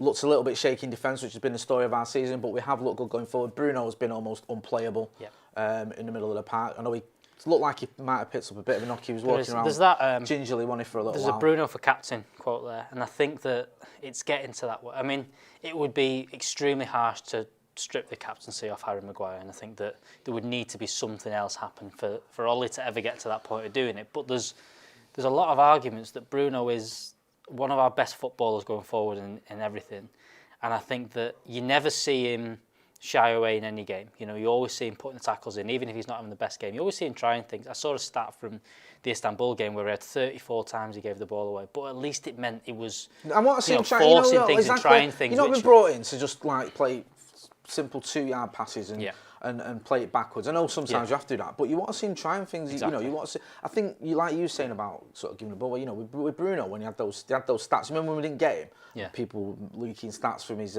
sporting day saying, he gives away possession so many times. But he's always trying to make things happen. And it's like you don't just want someone who's going to play it safe because listen, whether you like Fred or McTominay or not, they're not going to keep doing balls sort of over the top. They're not going to try and sort of unlock defences. Bruno does that and he's very good at it, and sometimes it doesn't come off, but I'd rather he was trying than not trying. It's like with our attackers and our, we don't have wingers as such anymore, but I want to see Marcus Rashford trying to take on a player. I want to see Anthony Martial trying to take on a player. And if it doesn't come off, I don't want to see him give up. I want to see him try again. Too often it's the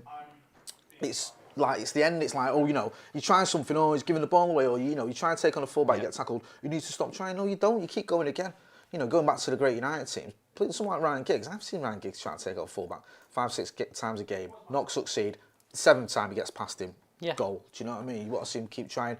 Let us know in the comments, guys, what you think. You need that confidence. You need that I'm going to keep trying it because it's what I'm good at, and not that I've not done it once, so that's it now. I'm going to play the simple pass all the time because you can't do that at Manchester United. You can't. That's why there's a reason you are there. The reason you're in this team is because you're a better footballer. You're a very, very good footballer, and you need to be trying things constantly. That's the thing, you are a very good footballer, whether you rate this Manchester United thing or not. Yeah. Brad Seymour says, Jay Motti for the White House 2024. Well said, Brad. Rio Shave says, fans will jump on players for taking risks. They will, and I wish they wouldn't, because I think you need to go for it. All the great United sides I've known had players that were taking risks. I think Housen always talks about at the time that Rio, I think he got a bit of a rollicking off Roy Keane when he came to United because they were playing and he played a safe pass coming out of defence, and Roy Keane went berserk at him and said, this is Manchester United. You don't just do that, even as a defender.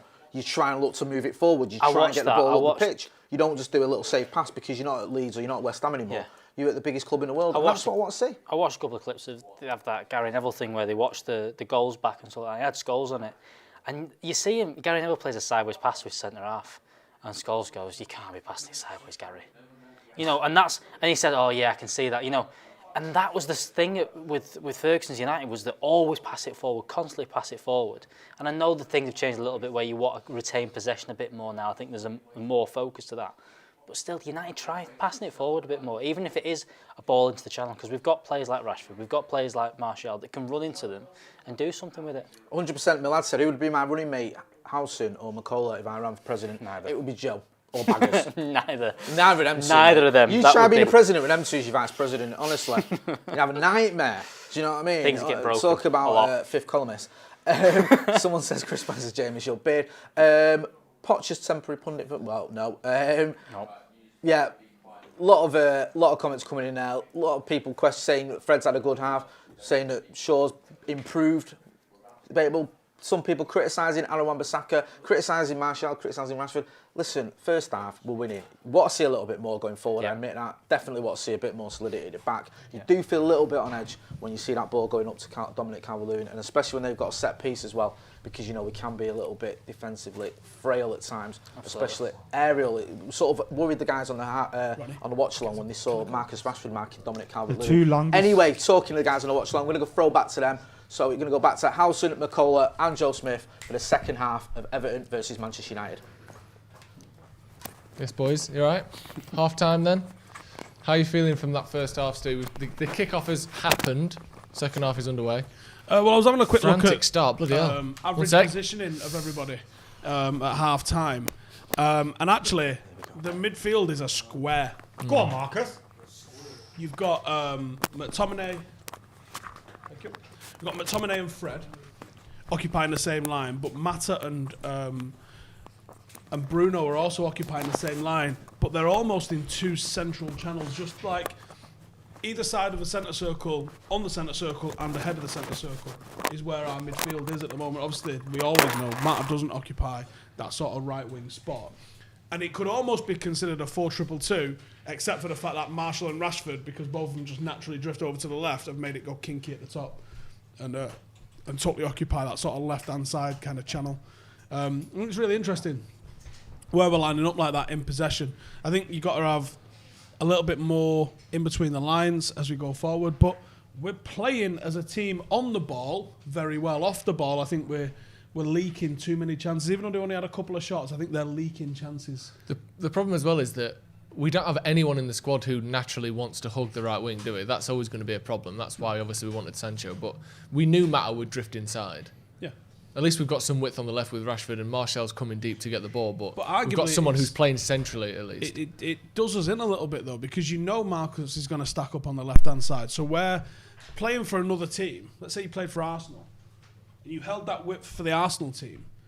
You're going to be in acres of space because they're also having like Pepe or Willian on the opposite side hold, which means that the fullbacks have to give you the respect that you deserve and work out towards you. Whereas any team that sets up against United, they go, right, let's just go man Marcus because we know they're going to try and play through him, and there's not going to they're going to have Wan-Bissaka. Okay, let's get on the right, get on the left, get on the left and just block this up because. And you know, I can see how frustrating that must be for Ollie, wishing that he had some players that would sit on that side. There's McTominay. Go on, get the pass out. Martial in the middle. Over there. It's a good pass. Mata is in the right-hand side at the moment, but... It's Bruno. Is it? That's Mata. See? Sorry, I thought it was Bruno. Giving a foul away there. Blind. I am blind. There's a super chat. Do you really think everyone will forget what happened prior to this game? If Ole turns it around, we'll be in a never-ending cycle of gathering momentum, then throwing it away. Sorry, but it's inevitable. Poch in. Fuck off, you absolute knob. What the fuck has Poch done? Honestly, I'm sick of this Poch in. Absolute bullshit. Based on what? His actual win percentage at the Premier League, or in his club in the Premier League, is worse than Ole's. Look stupid, bro. How do I? You're basing it on the fact of zero fucking evidence. You're digging your heels in and you look stupid, man. Right, he had Harry Kane who's got 200 goals in 300 appearances. Do you think if we had a striker doing that at United, that Ollie would have the same win percentage? Big part of Harry Kane was Poch. Was it? Yeah. Because he was out on loan Harry doing Kane bits don't become before, Harry Kane before if he Poch came in. If he doesn't have Poch with him. What a load of bollocks. It's facts. Yeah, Tim Sherwood, David. Yeah, if Tim Sherwood was still there with him, they'd both be in the Championship together.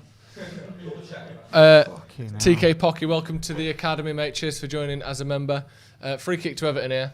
I want Ollie to succeed so we don't have to get Poch. Yeah. But you do think he's a good option? I think you sound stupid saying that. There is no evidence.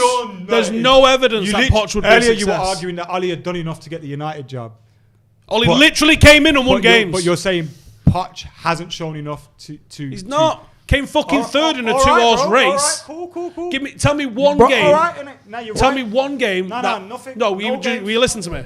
Tell me one game where Poch tactically outclassed someone. I'm not going into this because it's a stupid conversation. Because you haven't got one. Because he's All right, never cool. done it. All right.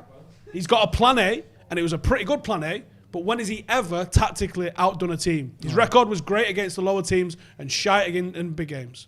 That's a fact. All right, cool. We're not getting anywhere with this, are we, lads? Absolutely fucking not. I just think it's seriously like I want Ollie to do well. Yeah. I want him to succeed and I want him to win games. So we don't need a new manager. I hate sacking the manager. I said it earlier. I don't want to be in this position where we're Bruno's got in there, he's getting a yellow. sacking him. Yeah. But to come out making daft statements. What's daft about it? Poch has done nothing to warrant this. He's done nothing to warrant it. All right, but you defend the fact that Ollie has the job. That is embarrassing. You can't say Ollie deserves a job. What has Poch done? That sounds fucking stupid. Ollie's in the fucking job. Yeah, but he did it. Oh. He got it on the back of succeeding in the job. Succeeding in the job. That's incorrect. Winning 13 games as a Man United manager isn't success. It isn't, you've succeeded, well done. That's not what Manchester United want. Succeeding at Manchester United is being at the top, challenging for the title, doing these things. Look, hopefully we get there, but I sound real naive right now. What, by saying that Poch hasn't done anything? Yeah, because you literally defended Ollie it's earlier. not the same thing. You literally not said the same thing. He deserved it based off 13 games. Yeah, at the club. But then what Poch did at Spurs when he took a mid-table team and then he took them to a team Mid-table? that was regular. Bro, They was in the Champions League with Harry Europa Redknapp, League and all that. They was in the Champions League with Harry And then they Redknapp. got to And Peter Crouch up front. Yeah, and then where did they go? Where did they go after that with Tim Sherwood? Nowhere. Even I'm sick of this, lads. Come on. It's no, because it's like me saying. Well, that's the thing. Because Jose Mourinho failed at United. Oh, he's a fucking failure. He's awful. Like just using one thing, saying no, it's But daft. people are literally saying what he did at Tottenham is worthy of him getting a United job, and it's not. I'm sure I've heard you say that Mourinho's finished quite a few times, Adam. He is finished. Right, okay. Okay, Rashford's pushing down the left-hand side. How's it idiotic to suggest that Poch has done nothing? Because he's done nothing. All right, he's done nothing. I think we're going to have to agree to disagree on this one, lads. I don't think you're going to change him. Why not Eddie Howe? I'm not arguing over the fact over someone saying Poch has done nothing. Right, why not Eddie Howe? Into a Champions, like when have Spurs ever been in a Champions League final, bro? Someone said, did he win Joe. it? Samuel with the super chat says. Well, Ollie got us to 3 semi-finals. What happened? Right, nothing, and we didn't have a fucking parade for him But he either. deserves a Man United job, apparently. No, but not saying he deserves it on the back of getting to semi-finals and losing. He deserves it just because he won 10 games. So I get it. No, he got the job on the back of them. Right, You support him while he's in the job. To change him, you're suggesting that the guy that's got to come in is going to be better than him, and you've got fucking no evidence for it That's not what I'm whatsoever. saying. You are. I am saying I want Ollie to succeed here, but you coming out saying what has Poch done to be in the frame for the United job is literally naive because you've literally just been saying what's he done then? Ollie deserves to be in the Man United job. Ollie got the job on the back of what he did in the job. And you said he deserved it? Because of what he did in the job. Right. At which point have I said anything incorrect here? Because he didn't deserve it. Right. Anyone No, he got the job on the back of what he did in the fucking job. What has Poch done to remove this guy from this job? We've talked about this so many times. We're going round in circles. You're moving the goalposts I'm not. now. You think he should have the job because he did well? You don't. I said I'm fucking sick of all this Poch in. What has he done?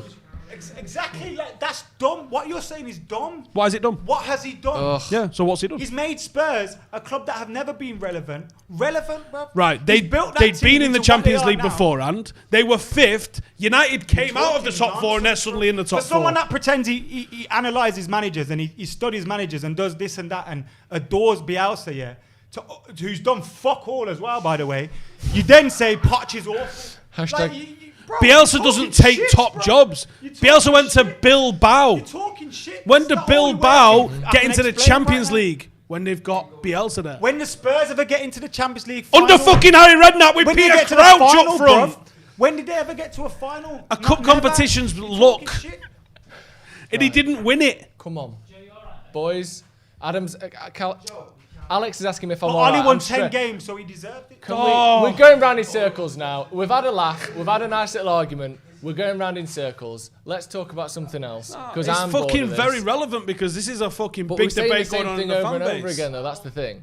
You don't think he should. You I'm think not he should. saying 10 games. sack isn't enough. Ollie now and bring Poch in because I want Ollie to win this game, the next game, the next game, the next game, the next game. But I'm not going to come on this on this live stream right now and say what has Poch done. Poch has done nothing, especially an hour after I've just said. You didn't. I did. said And you said Ollie it's idiotic. deserves the job. So why is it imagine idiotic? that? When have Man United ever appointed managers from Mulder? Can I go Never. through some super chats, please? Because I've had loads of super chats. We appointed Matt Busby from the fucking army. We've got loads of super chats here, and it's only fair on the fans. One said, zzz, I think he's bored. Someone says, you think Poch and Tony were That related? is not what I asked for, by the way. Poch and Tony were What related. the fuck is this? With how Adam backs him. We've also got one saying, why are Mummy and Daddy arguing? We've also got one that says, Joe's like the son of divorcing parents. We've got another one that says, hashtag housing in, hashtag Adam out. But don't worry about that, Adam. Let's stay calm. TK Pocky said, Adam's going on like Steve's gone after his little brother in the playground. Big brother Adam to the rescue. No, I'm not, but I'm just like, it's like me saying, Ancelotti doesn't deserve the United job. Not really. When Ollie's in the job. Do you get me? Like, it's fucking mental, bro. Mike's How? What What has Poch done? Come on! What has he done? Come on! I'm losing the will to read super chats here, lads. Mike Smalling with a £5 super chat. Joe's going for the Hirsute Steve Jobs look. Cheers. Am I watching Stretford Paddock or United Fan TV? Good question. Fred and Rashford with a nice bit of link up on the left-hand side. Go on, Luke. Keep going. Back him up, Luke. Played Freddie. Fred did well there. He's been good today. As our ball, what? Timmy Ogunyemi says, lads, what's happening in the game? Well, Fred just did really well, and then they got a throw in. That was our I ball. know, yeah. So obvious. Oh, he's so quiet and calm. Do you reckon here if now. this led to a goal?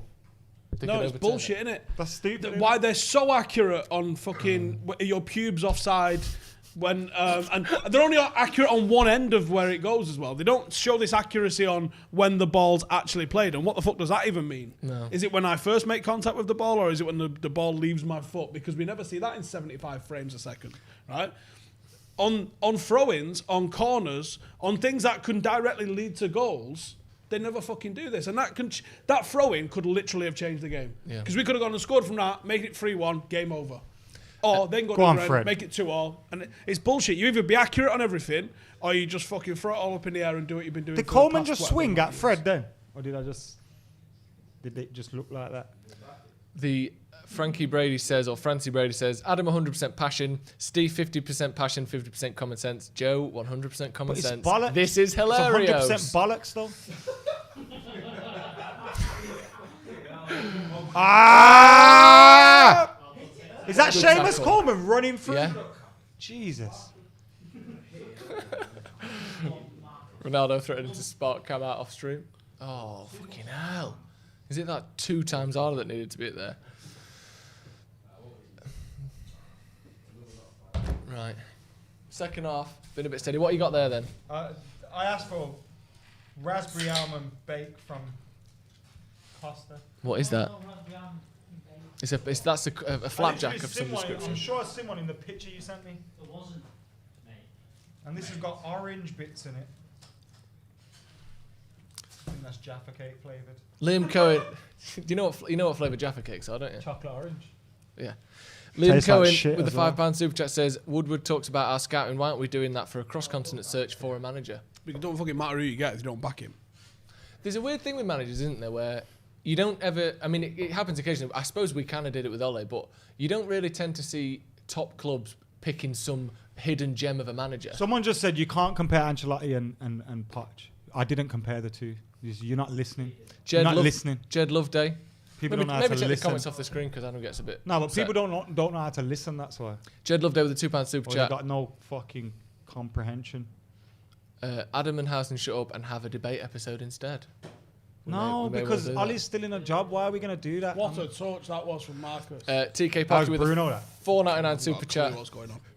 I thought you were going to go, no, it was Marcus. No, it was Bruno. Joe chats older brother calming us down while mummy and daddy argue in the kitchen. Joe, man of the match. I think TK Pocky had a nice childhood. Marshall has been poor all season. He's been suspended for half of it. Fucking hell. Oh dear. Right. Goodison Park, eh? What is this camera? They're loving this camera angle, aren't they? This roving reporter of a camera. Is angle. it that one that's on the?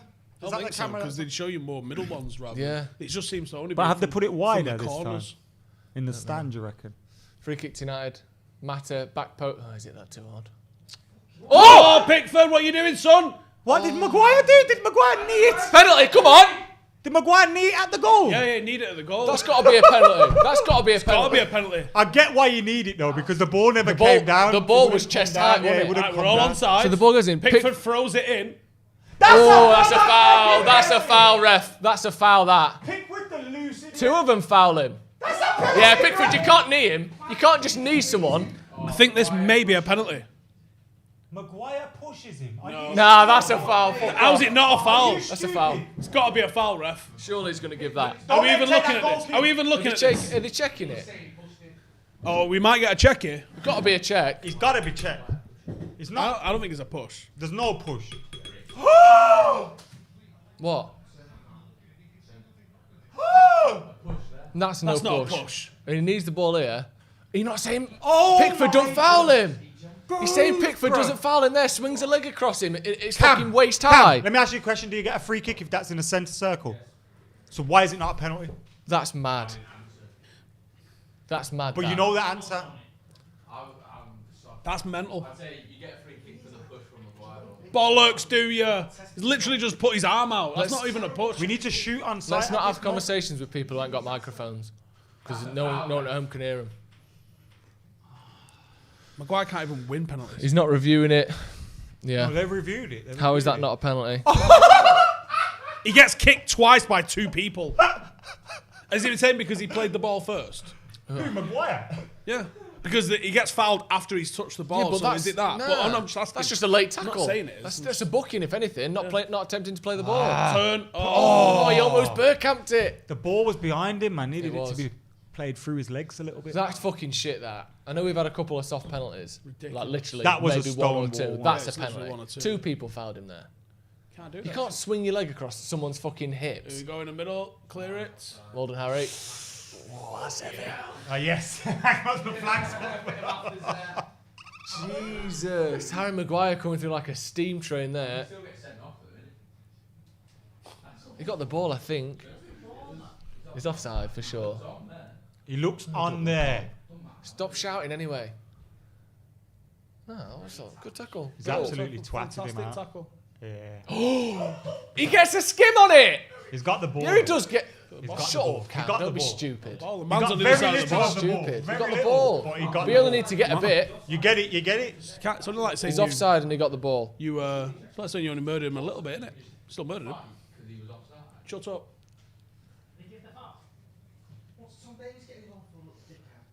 Maguire's obviously pissed off there. Luca Digne's ankles in bits right now. Can we stop arguing off camera, please? When no one can hear it, it's just noise. He's got the ball. He's got the man. That is what I would call the perfect tackle. Yeah. Get over Michael yourself. Oliver's But on he got VAR very duty. little of the ball. It was like his studs got the ball. Don't matter. I know, no, it's great. But that was wrecky. Did the ball cross the line? Yes, it did. In that area of the pitch, that's wrecky. James, move up, man. To be fair, Maguire's having a good game, gotta say. Super chat there from Horizon Marai. He's playing alright. Michael Oliver is on VAR duty. Steve For McManaman's Everton. on He said coke nothing about us. regularly. People say never a pen. Allegedly. Who said that's a penalty? Steve McManaman saying it's a penalty, so throw that in the bin with all the rest of his opinions. I mean, it was a penalty. Gary You Neville can't should have tackle headbutted him someone. properly. You can't foul someone after the ball's No, gone. I'm talking about the Maguire one. Yeah, that's what I'm saying. No, the Maguire was a Maguire penalty. tackle. The one Maguire just did when he got the ball. He's saying that's a pen. Can we stop arguing off camera, please? It's distracting though, and he's not doing his job because of it.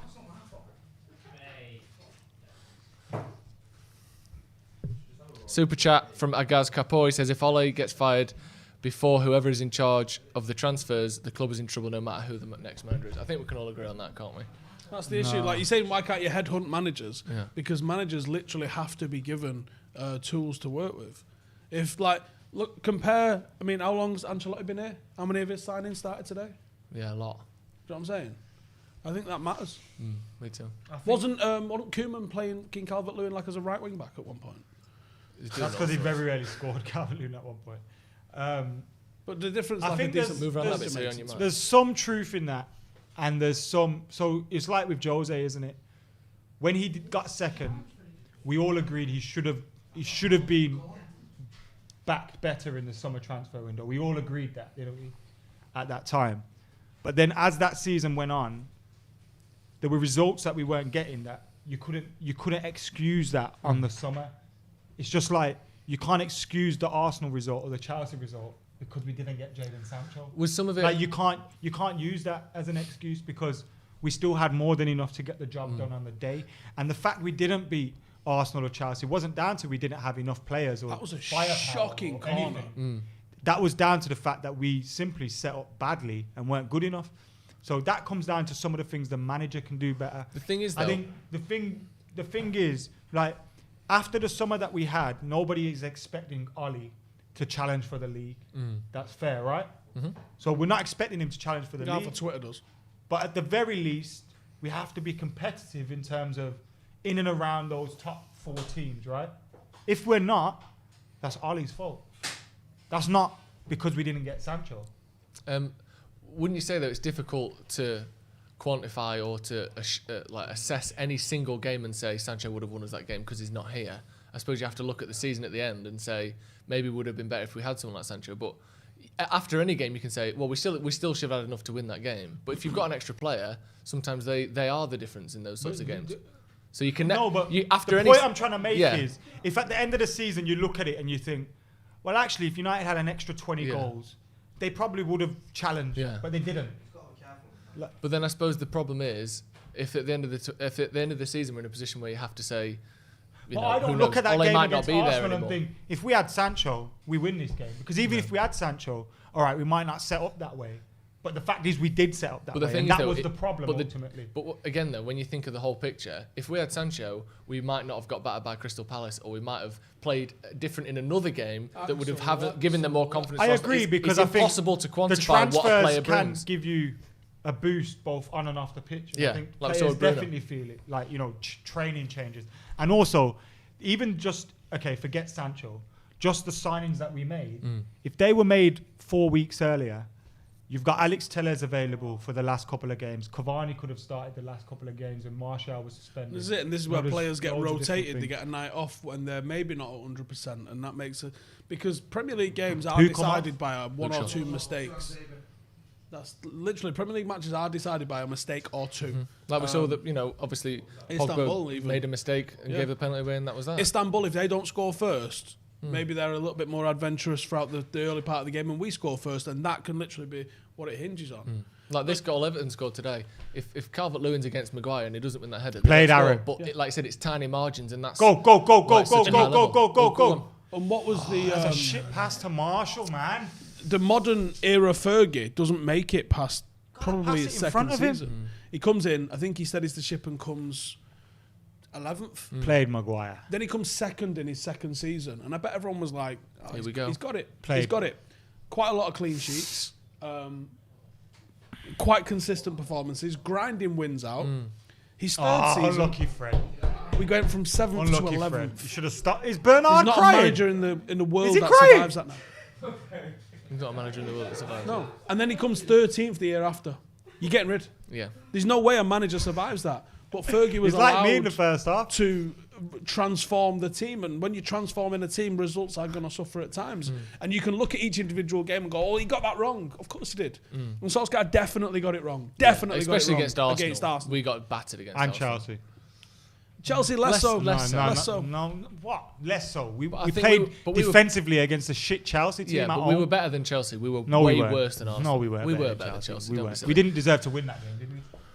Well, I didn't say we deserved to win. I said we were better than Chelsea. We should be winning our home game. Yeah, I agree. Juan Martinez with a $5 super chat says, average league finish since Fergie is 4.7. Glazers fund the team to come top 4 and only every 1 of 3 years. Better recruitment equals better results. The board are to blame.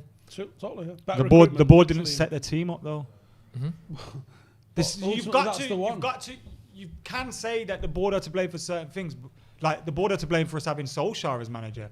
The board are to blame for the transfer window. The board are to blame for not backing Jose. The board are to blame for all those things. But ultimately, the manager has to be responsible for getting the best out of what he has. So far, I think if you look at the bigger picture of his job, he's improved United and he has done so. Yeah. In the short term, in the last couple of months, he hasn't been getting the best out of what he has. But hopefully that changes. Interesting that Twanzebe's come on at left back. Would you assume that there's an injury to Shaw or something's gone on there? Yeah, I think so. Tellez isn't on the bench, is he? No, but yeah, you see now. Look, oh no, He trained yesterday and he was part of the squad at the Lowry last night. So I don't know if there's he's just not got thingy yet, and maybe he's got no match fitness. Maybe they're looking at trying to get him some over the international break. Yeah, is he in the international squad for Brazil? Do we know if Tellez was called up? He doesn't get that many games for Brazil, does he? He's not got loads of caps for them. It'd be proper stupid if he's just got coronavirus and then we send him to the other Brazil. side of the world to go and get. But the whole fact that international football is even happening in a pandemic is mind blowing. Yeah, I would have got it if they said like it's all going to be held in Germany. Yeah. I kind of under, but even that you bring in hundreds of teams and thousands of players to one spot to mingle and then piss them off again. It's just ridiculous, and it's happening in microcosms all over the place because of wherever everyone's playing. It's mad enough that league football's taking place, and it only is. Bruno, is he already on booking? He's Donny on the bench. I think it might be time for the. Yeah. I'll bring Pogba on, get him higher up. Yeah, old Donny actually. Shit. Oh, does he get the ball here, Bruno? It's reckless. Yeah, he does. It's a foul. It's a foul. It's reckless. He gets because enough of the Alan ball not to get also booked. got the ball. I think it's also because it was Alan, and I think he's gone. I'm fucking doing him. Oh yeah, because he went through the back of. Was it Bruno who went through the back of? He's done Bruno, but he's also done Fred. It was Fred. The big one. That was it. Bruno, Alan and Fred. So Alan and Fred going toe to toe. You definitely think this is like Lincoln against Mansfield or something, don't you? In a pub car park somewhere. Marco Gianni Trump says compete versus teams that have gotten backed and improve. And now they are better than us. All teams around us spent big for players they needed, not late like Cavani. And it's not necessarily the money spent. People focus on the amount spent. I rather focus on how many players did you manage to get. And sometimes that's on the board. Did we spend right by spending 80 million on Mcguire? I mean, that was the price you had to pay for him, but maybe there was two £40 million players you could have got instead. But Mcguire wasn't a bad signing. He's just not, you know what I mean? Everyone Is he onside here? There's not a prayer. Oh. The flag hasn't gone up, so he was. The Lionel didn't think he was offside. Who played that on? Okay, now. Because that looked like Come he on, was Scott. 10 yard off, didn't it? We might still get pulled back for offside here if we score from this Nah, you play. can't. It's gone too far now, I think. I don't think so. Is that right? I think if the ball hasn't gone out, They wouldn't check that now because. Do you get what I mean? Yeah. It's a different passage of play. Why would you check that? It's like the handballs now. The hand has been used in the build up to a goal. It depends what passage of play that Is that true? I didn't know that. Like if more games pass, then they're not going to pull it back for that. Oh, Rashford! Oh, bang it, man! What a pass that was. It's Who like played the that one in? for Martial earlier. It just wouldn't fall for him properly, man. Who played that pass? Was that Fred to Rashford? It was Matter, there? wasn't it? Was it? Was it Fred or Bruno? Fred and Bruno and Alan. Fucking hell. So unlucky that. Great pass in. We need to get another goal because we're making a few chances, and if they just swing a ball in the box, you wouldn't be surprised if they scored a header, would you? Really wouldn't be surprised. And then you're chasing your tail again. Then 2-1's a dangerous score for United at the moment. Especially if they score, you don't trust us to, necessarily come back. I know we've done it once in this game, but we've seen it too many times where against Arsenal, against Istanbul, where we're a goal down, they sit back and we just can't break them down. That's my worry. Bit of ball for Everton. Ball chip to the back post. Come on. We've got potential to counter-attack here every time we get the ball. That's just lazy. Potential to counter-attack every time we get the ball. And we're not really putting it together. Bruno's probably one foul away from being sent off as well. Would you take him off, Adam? Yes, absolutely. Be taking him off right now. Yeah. Pogba or Donny on? Yeah. Yeah, we've got good players as options, haven't we? We've got a super chat. Ball that is from Mcguire to Rashford. Oh, hang on. Mata! So Mata soft. twat it, man. Barely got anything. Fucking hell, good. Go on, Fred. Fuck. Fred did well in bro. this. They'd be putting Fred in the shit Smash there. him, Scott. Gotta get back axe. Got back in a bit. Hi, Adam. Oh, I don't know if I want to bring this up. I can't be doing with that again. It's just about Poch.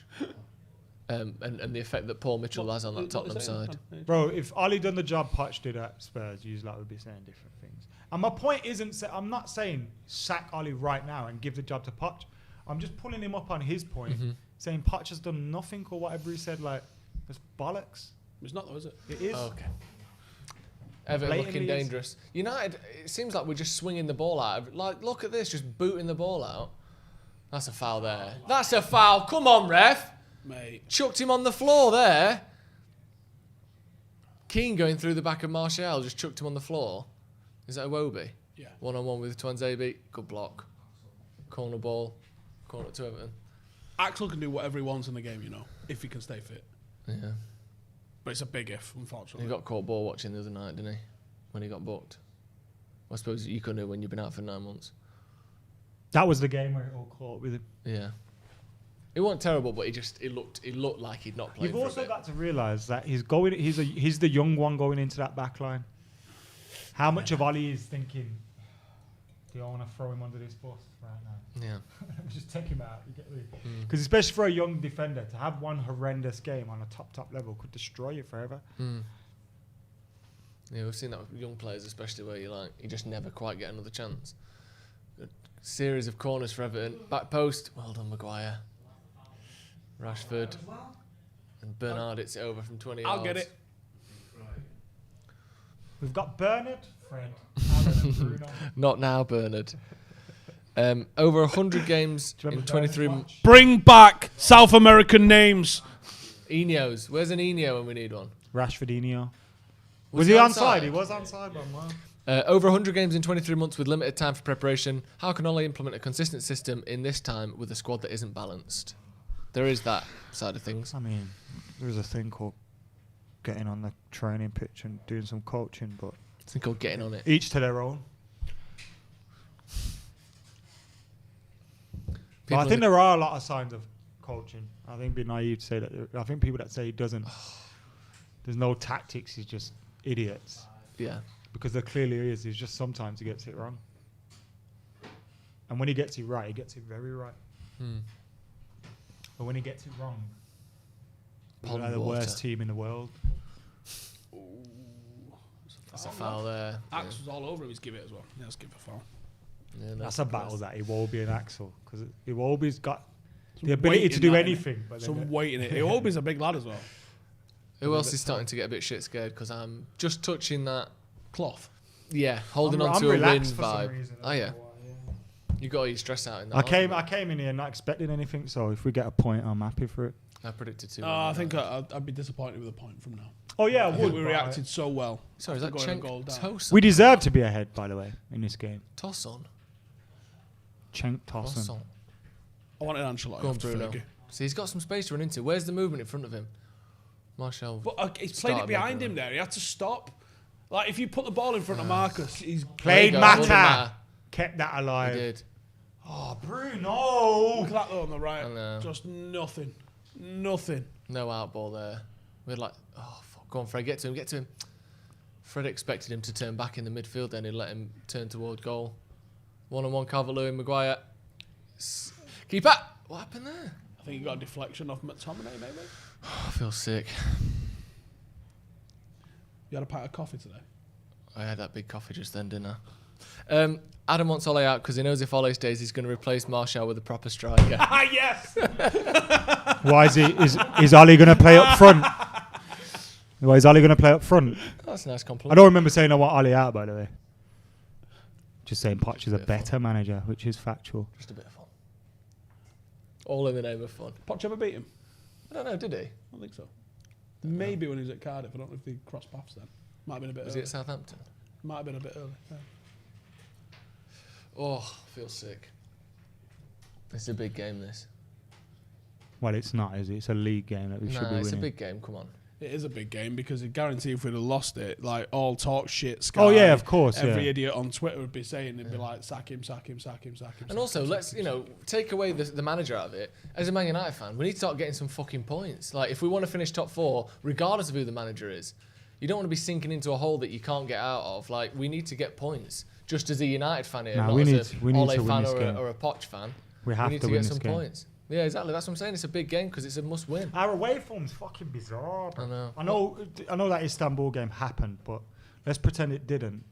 Like, when you look at our away form around that, record away form until then. Oh, another corner. We're sitting deep here. Would you bring someone who can stretch it a little bit? Have we got anyone who can stretch it? Cavani? Yeah. I've not even seen the bench, to be fair. I haven't even seen the bench. Cavani's not fast, but he does make good runs. So maybe we can play out to him, but they're just putting the pressure on now. We're sitting back. We look scared. You can tell United know that this is a big match. I don't think we look scared at all. Do you not? I think we've sat back. I don't think we look scared. I don't mean like shaky scared. I mean we're sitting back because we are I feel very we've dealt conscious with that this is them a big quite win. well defensively. I haven't seen the issues in our defence that we've seen before. Seen a little bit Go of a on, clunkiness Rashford.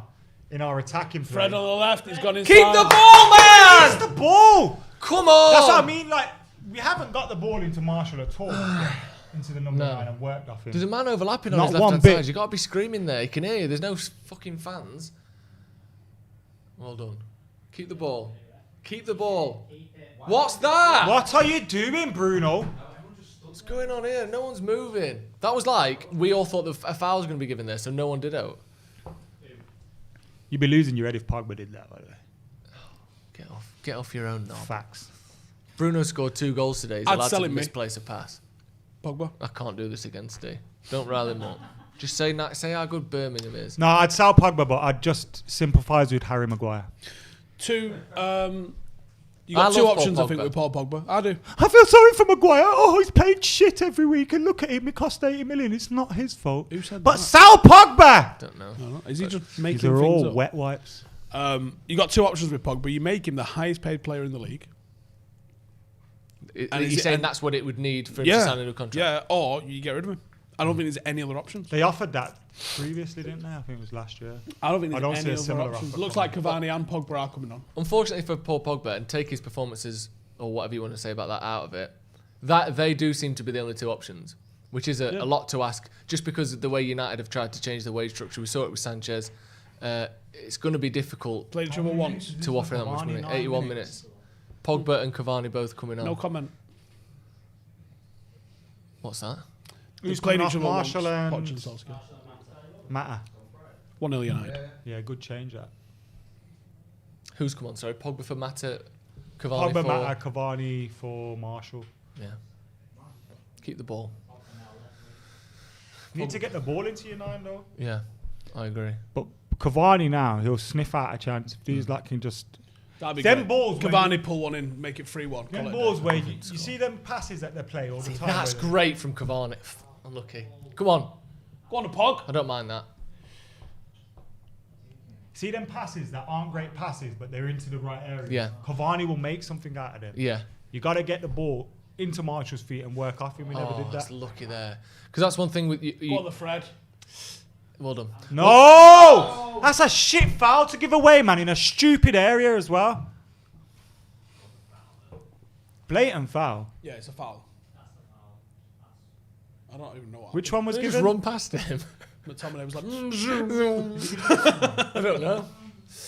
Good block. Who's that? Ball? Cavani with the block at the near post. Mate, Although what can't he do? The retake. What can't he do? That's a good The only man to pull off an headband like that at Old Trafford since David Beckham in that testimonial. Oh, I forgot about that.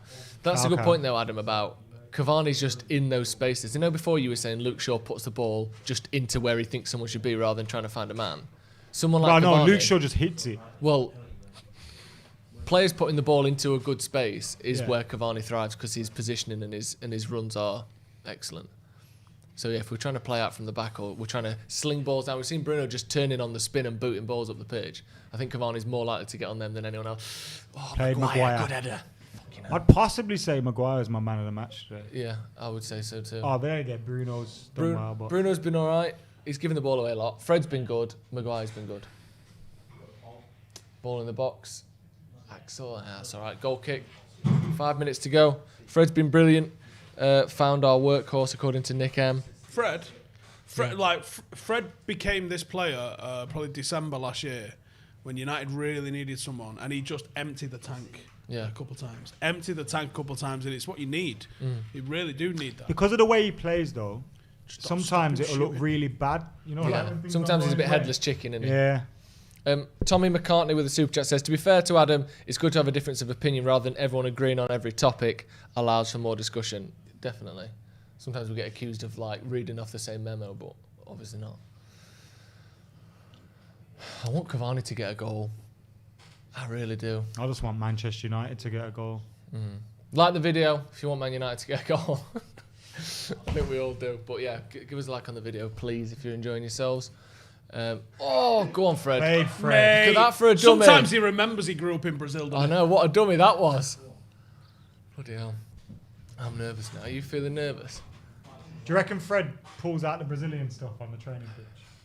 Pulls out his Brazilian. Yeah, and also 2 foots people. I think he does both. Yeah. But that is part of the Brazilian A thing, step though, isn't over it? the Right, I don't know why people think Brazil's soft. Nah. It's the home Hard as of fuck. like favelas, gang violence, Yeah. jiu-jitsu, like Played the ball. home of Vale Tudo. Capoeira. Hey! That's a foul, Fred. Come on! Hey! Why are you pointing at the No, ball, not bro? a penalty. There's a foul on Twanzebe there. Fuck's sake. Kick someone, Scott! Go on, Aaron. Yeah, well done. See there, the Turn, Scott. Play the ball. acceleration. Scott, play Go on, the Scott. ball! There you go. Booking ref. That's Get what him he off. wants. He bought that. Get He him bought off. that. Yeah, but don't mind it. No, he slowed down. He was like, oh, tackle me. He's a Yeah, I chewing don't gum know in where there. this thing of Brazil being like Fancy and yeah, skill. because they're Well, no, they Good are. tackle. Aren't they? No, but only being that. No one. I don't think anyone. But that's what you see first, isn't it? They've always had a Yeah. destroyer in like a Gilberto Silva or a What word do people Dunga use? or With flair is the Cleverson word, isn't even it? used to be the one for them. Yeah. innit? Him and his Oh, good 16-year-old touch, wife. Pogba. Go on. Lucio. Ambo! Lucio, man. Oh, How are you getting how like good was Lucio at Inter Milan that year? Oh, Well yeah, he was done, a Cavani. Keep Bayer him. Leverkusen, man. Remember him there? No, I don't. Lucio don't was at remember him Oh, Leverkusen. that shit, Marcus. No. Go on then, fucking Fred. Go on, son. Yeah, I think Bruno's having an issue here. Is he going to get a yellow here? Bruno's so close to a red. How about Donny We've Sub? made 3 subs. Twanzebe, Pogba and Cavani. Why are you coming in here with fucking data that I don't want to hear?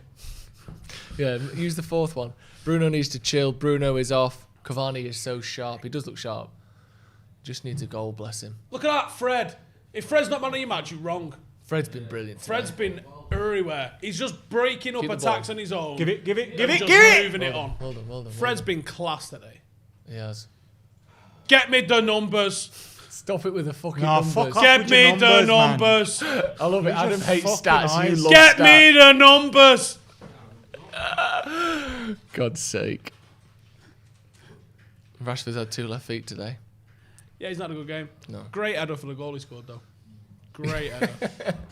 You know, one of them fine flicks. Sometimes you just need to guide it. Yeah, Sometimes you just need to There were blow on it. molecules that shared the ball and Oh. a bit of his soul glow. There was definitely a bit of sweat that popped off his head and went on that ball. Does And that I mean, not count? Yeah, why doesn't that count? Don't know. No.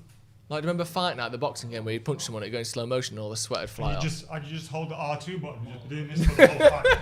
Roy Jones Jr. just fucking Lennox Lewis. When's that fight, by the way? Tyson and Roy Jones? It's this week. I'm not watching it. Is it this weekend? I'm not watching It's it. today. actually. Wait. I'm not Someone in paid the to see comments, one of my heroes let us know. dead. Isn't that fight today? Because I really want to see it and really don't at the same time. Oh, you bench, bro. What the fudge? That's a bad tackle. McTominay's That. dead, I think. Oh, it's the 28th apparently. 28th, and then someone else says the 18th. Of November. I guess so. What? 28th, people are saying. 28. The 4 made it. I mean, look well. Tyson looks like he's taking this hella serious. But how serious can you take it No, when you're 50? but you have to. If you're going into the ring with one of them fellas, Yeah, but even if they're I old- know a guy that fought Roy Jones not long ago because Roy Jones will come and fight you for 'Cause he $5 looked at him grand. wrong in the pub. No, he'll just like he'll do like he was In the out chip fighting shop in in Russia, Withenshaw. fighting idiots. Like you know what I mean? He was just.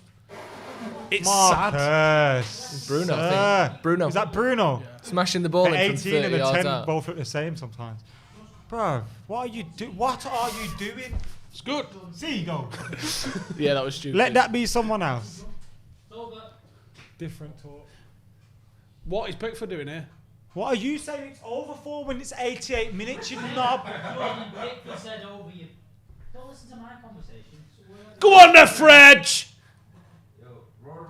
Oh, nice. Yes. That was good. See, that's what Bruno can do there. Chairs, yes or no? Go on, then. Go on, Marcus. Oh. Cavani got a gamble there, or what? No, you got to find your man. Rashford's got to find his man. Keeper. Nah, Could have never. gone back to his goalie there. 5 seconds ago. If just said Rashford that has a shit bad from game, Rashford, it's silence. just making things up. But if Fucking Martial hit him. doesn't score, Hit him it's with a end of the fucking world. chair. We know what these men are like. Get a foldable chair and fucking end him with it. Me and Steve in the last 5 minutes have both said that Rashford's McTominay the important same. Yeah. Do what he wants. We just said that. Bruno can do what he wants. Bruno's got 2 goals, you dickhead. Who fucking picked that, Steve Bruno's McManaman? got 30 goal contributions in 33 games for United. The most absolute basic That is fucking mental. looking at football ever. Steve McManaman. Well, you know, 2 halves, Fletch. Go on, Paul. It's a game of 2 halves. Play. Go on, Paul! Go on, Pogs. Win it! Sit down, you bald dickhead. Pickford got the ball for once. Have you ever said that to your penis during an inappropriate erection? Pardon? He said, sit down, you bald dick, and I said, have you ever said that to your penis during an inappropriate erection? Sit down, you bald dickhead. Yeah. 4 minute stoppage time. Lads, why have we stopped working? Boys? Oi! Press him. Oh, Lindelof. Yes, Victor. You know, just feels like one of them done it. One of them last minute equalisers where you leave feeling like pure shit. We should have got the third. We've had chances. You're not wrong, fella. Not great chances. Francis, but Bruno tried to just twat him. Well, no, he was trying to get the 2-pointer, wasn't he? Late in the game. So he was going for. Make it certain. We've had them where we're like in front of goal chances, but we've got 3-on-3 or 4-on-3, and we're sort of not capitalising on those good positions we've been in, rather than missing like shots and stuff. But yeah, I'm scared here. They're just chipping balls in the box, Everton. Well, Alan. look at your text. Alan's turn. Coleman turn. Fred, edge of the box. Over the bar from Thank God that foul to Decore, you know. If that was fucking Sigurdsson, we'd be struggling there. Do you remember that goal Sigurdsson scored against us from a similar position? Sigurdsson, fucking Rodriguez. Yeah. Even Gomez. You would prefer, you prefer Decore over Gomez. He's twatted that, you know. That's like not just over the bar. That's like someone needs to pull him aside and be like, "The fuck was that?" Do you remember when we played Fulham and we were winning 1-0?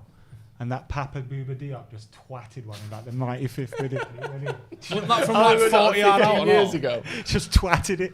I used to think he was mint, you know. Yeah, he was. Bouba Diop? Yeah, he was good. No, but mint. Go on, Cavani. Oh, go on, Marcus. It's Bruno again. Fucking hell, man. Come on. It's the numbers on the shirt. Take some time here. Don't fucking slap the ball from 30 yards out when we've got a minute to waste here. I used to always think Lingard and Sanchez were the same people as well because of their haircut. Can you stop the spamming in the comments, please, Cam? Cam, can you stop the spamming in the comments, please? This is a good win, you know. And we've deserved this win if we hold on. We've been the better team. We deserve to win the game. Even just before they scored, we looked a little bit better than them. Yeah. Bought that there, Marcus. Well played. Don't mind that. What do you think? Put it in the box? No, lie on the floor. Hold it in the corner. That's when we get you an ambulance. That's what you need to do. Yeah. Do you want to get up? No, that's what he's doing. Get an ambulance. I've hurt me arm. Snuffing up you. Get an ambulance. Could be though. What if I move and it breaks it? You know what they say? I'm not a doctor. Let's get one who is. Feels a bit dodgy. Something's gone dodgy here. Do you want to get up? Not really. Not a fucking tall blood. Oh, whose fault is that there? I mean, Lindelof, really. Well, Wan-Bissaka? It was a good nod down. Wan-Bissaka didn't. For his legs? Maybe not, but it's hard to block every single centimetre, isn't it? Told you, it should start walking out with them net things. I know. In between the legs. They've got to be illegal, but once they come into the game, squirrel suit. Yeah. Be the guy that wears it. Yeah, exactly. And then ask the referee to show you wearing the rule book that says you can't wear that. Like, why has no one wore like comedy-sized gloves? Yeah, I think there is rules on them. Is there? Yeah. Like people, cricket bats have got wider over the years, but I think people came out with a bat like this wide, and they're like, "Nah, we've got to ban that." Like, no, you get away with it for that one game. Yeah, and someone's like, "No, what the fuck is this?" This lad's got a wardrobe with a handle on it. Or like clown shoes. Fucking batting everything down.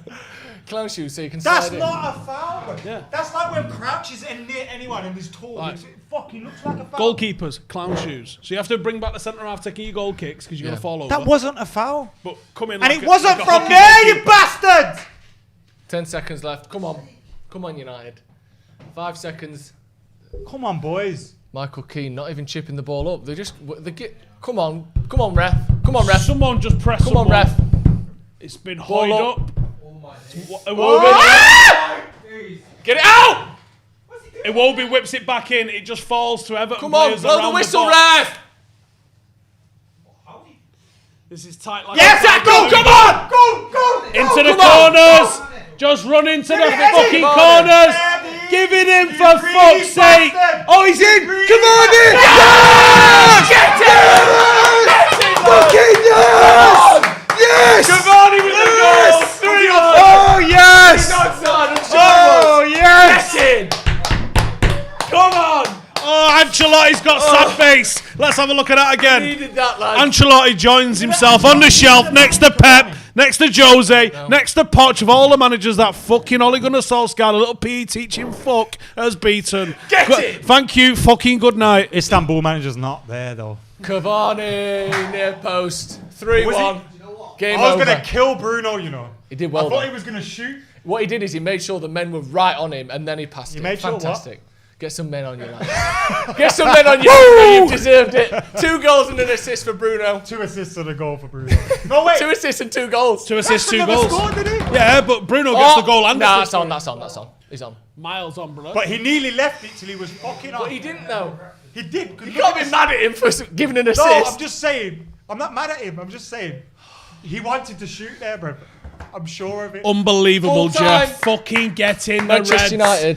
Come on, you bastards. 3-1. Good performance as well. Didn't give away too many chances, I don't think. We're going to be back for the review in the fan cams very shortly. Every time we need a result under Ali, these boys dig in for him, and that tells me they are fighting for the manager. Look, whatever problems Ole Gunnar Solskjaer has as manager, whether he can make it through this season or not, remains to be seen. But one thing is for sure, these players are firmly behind him. You see it every time.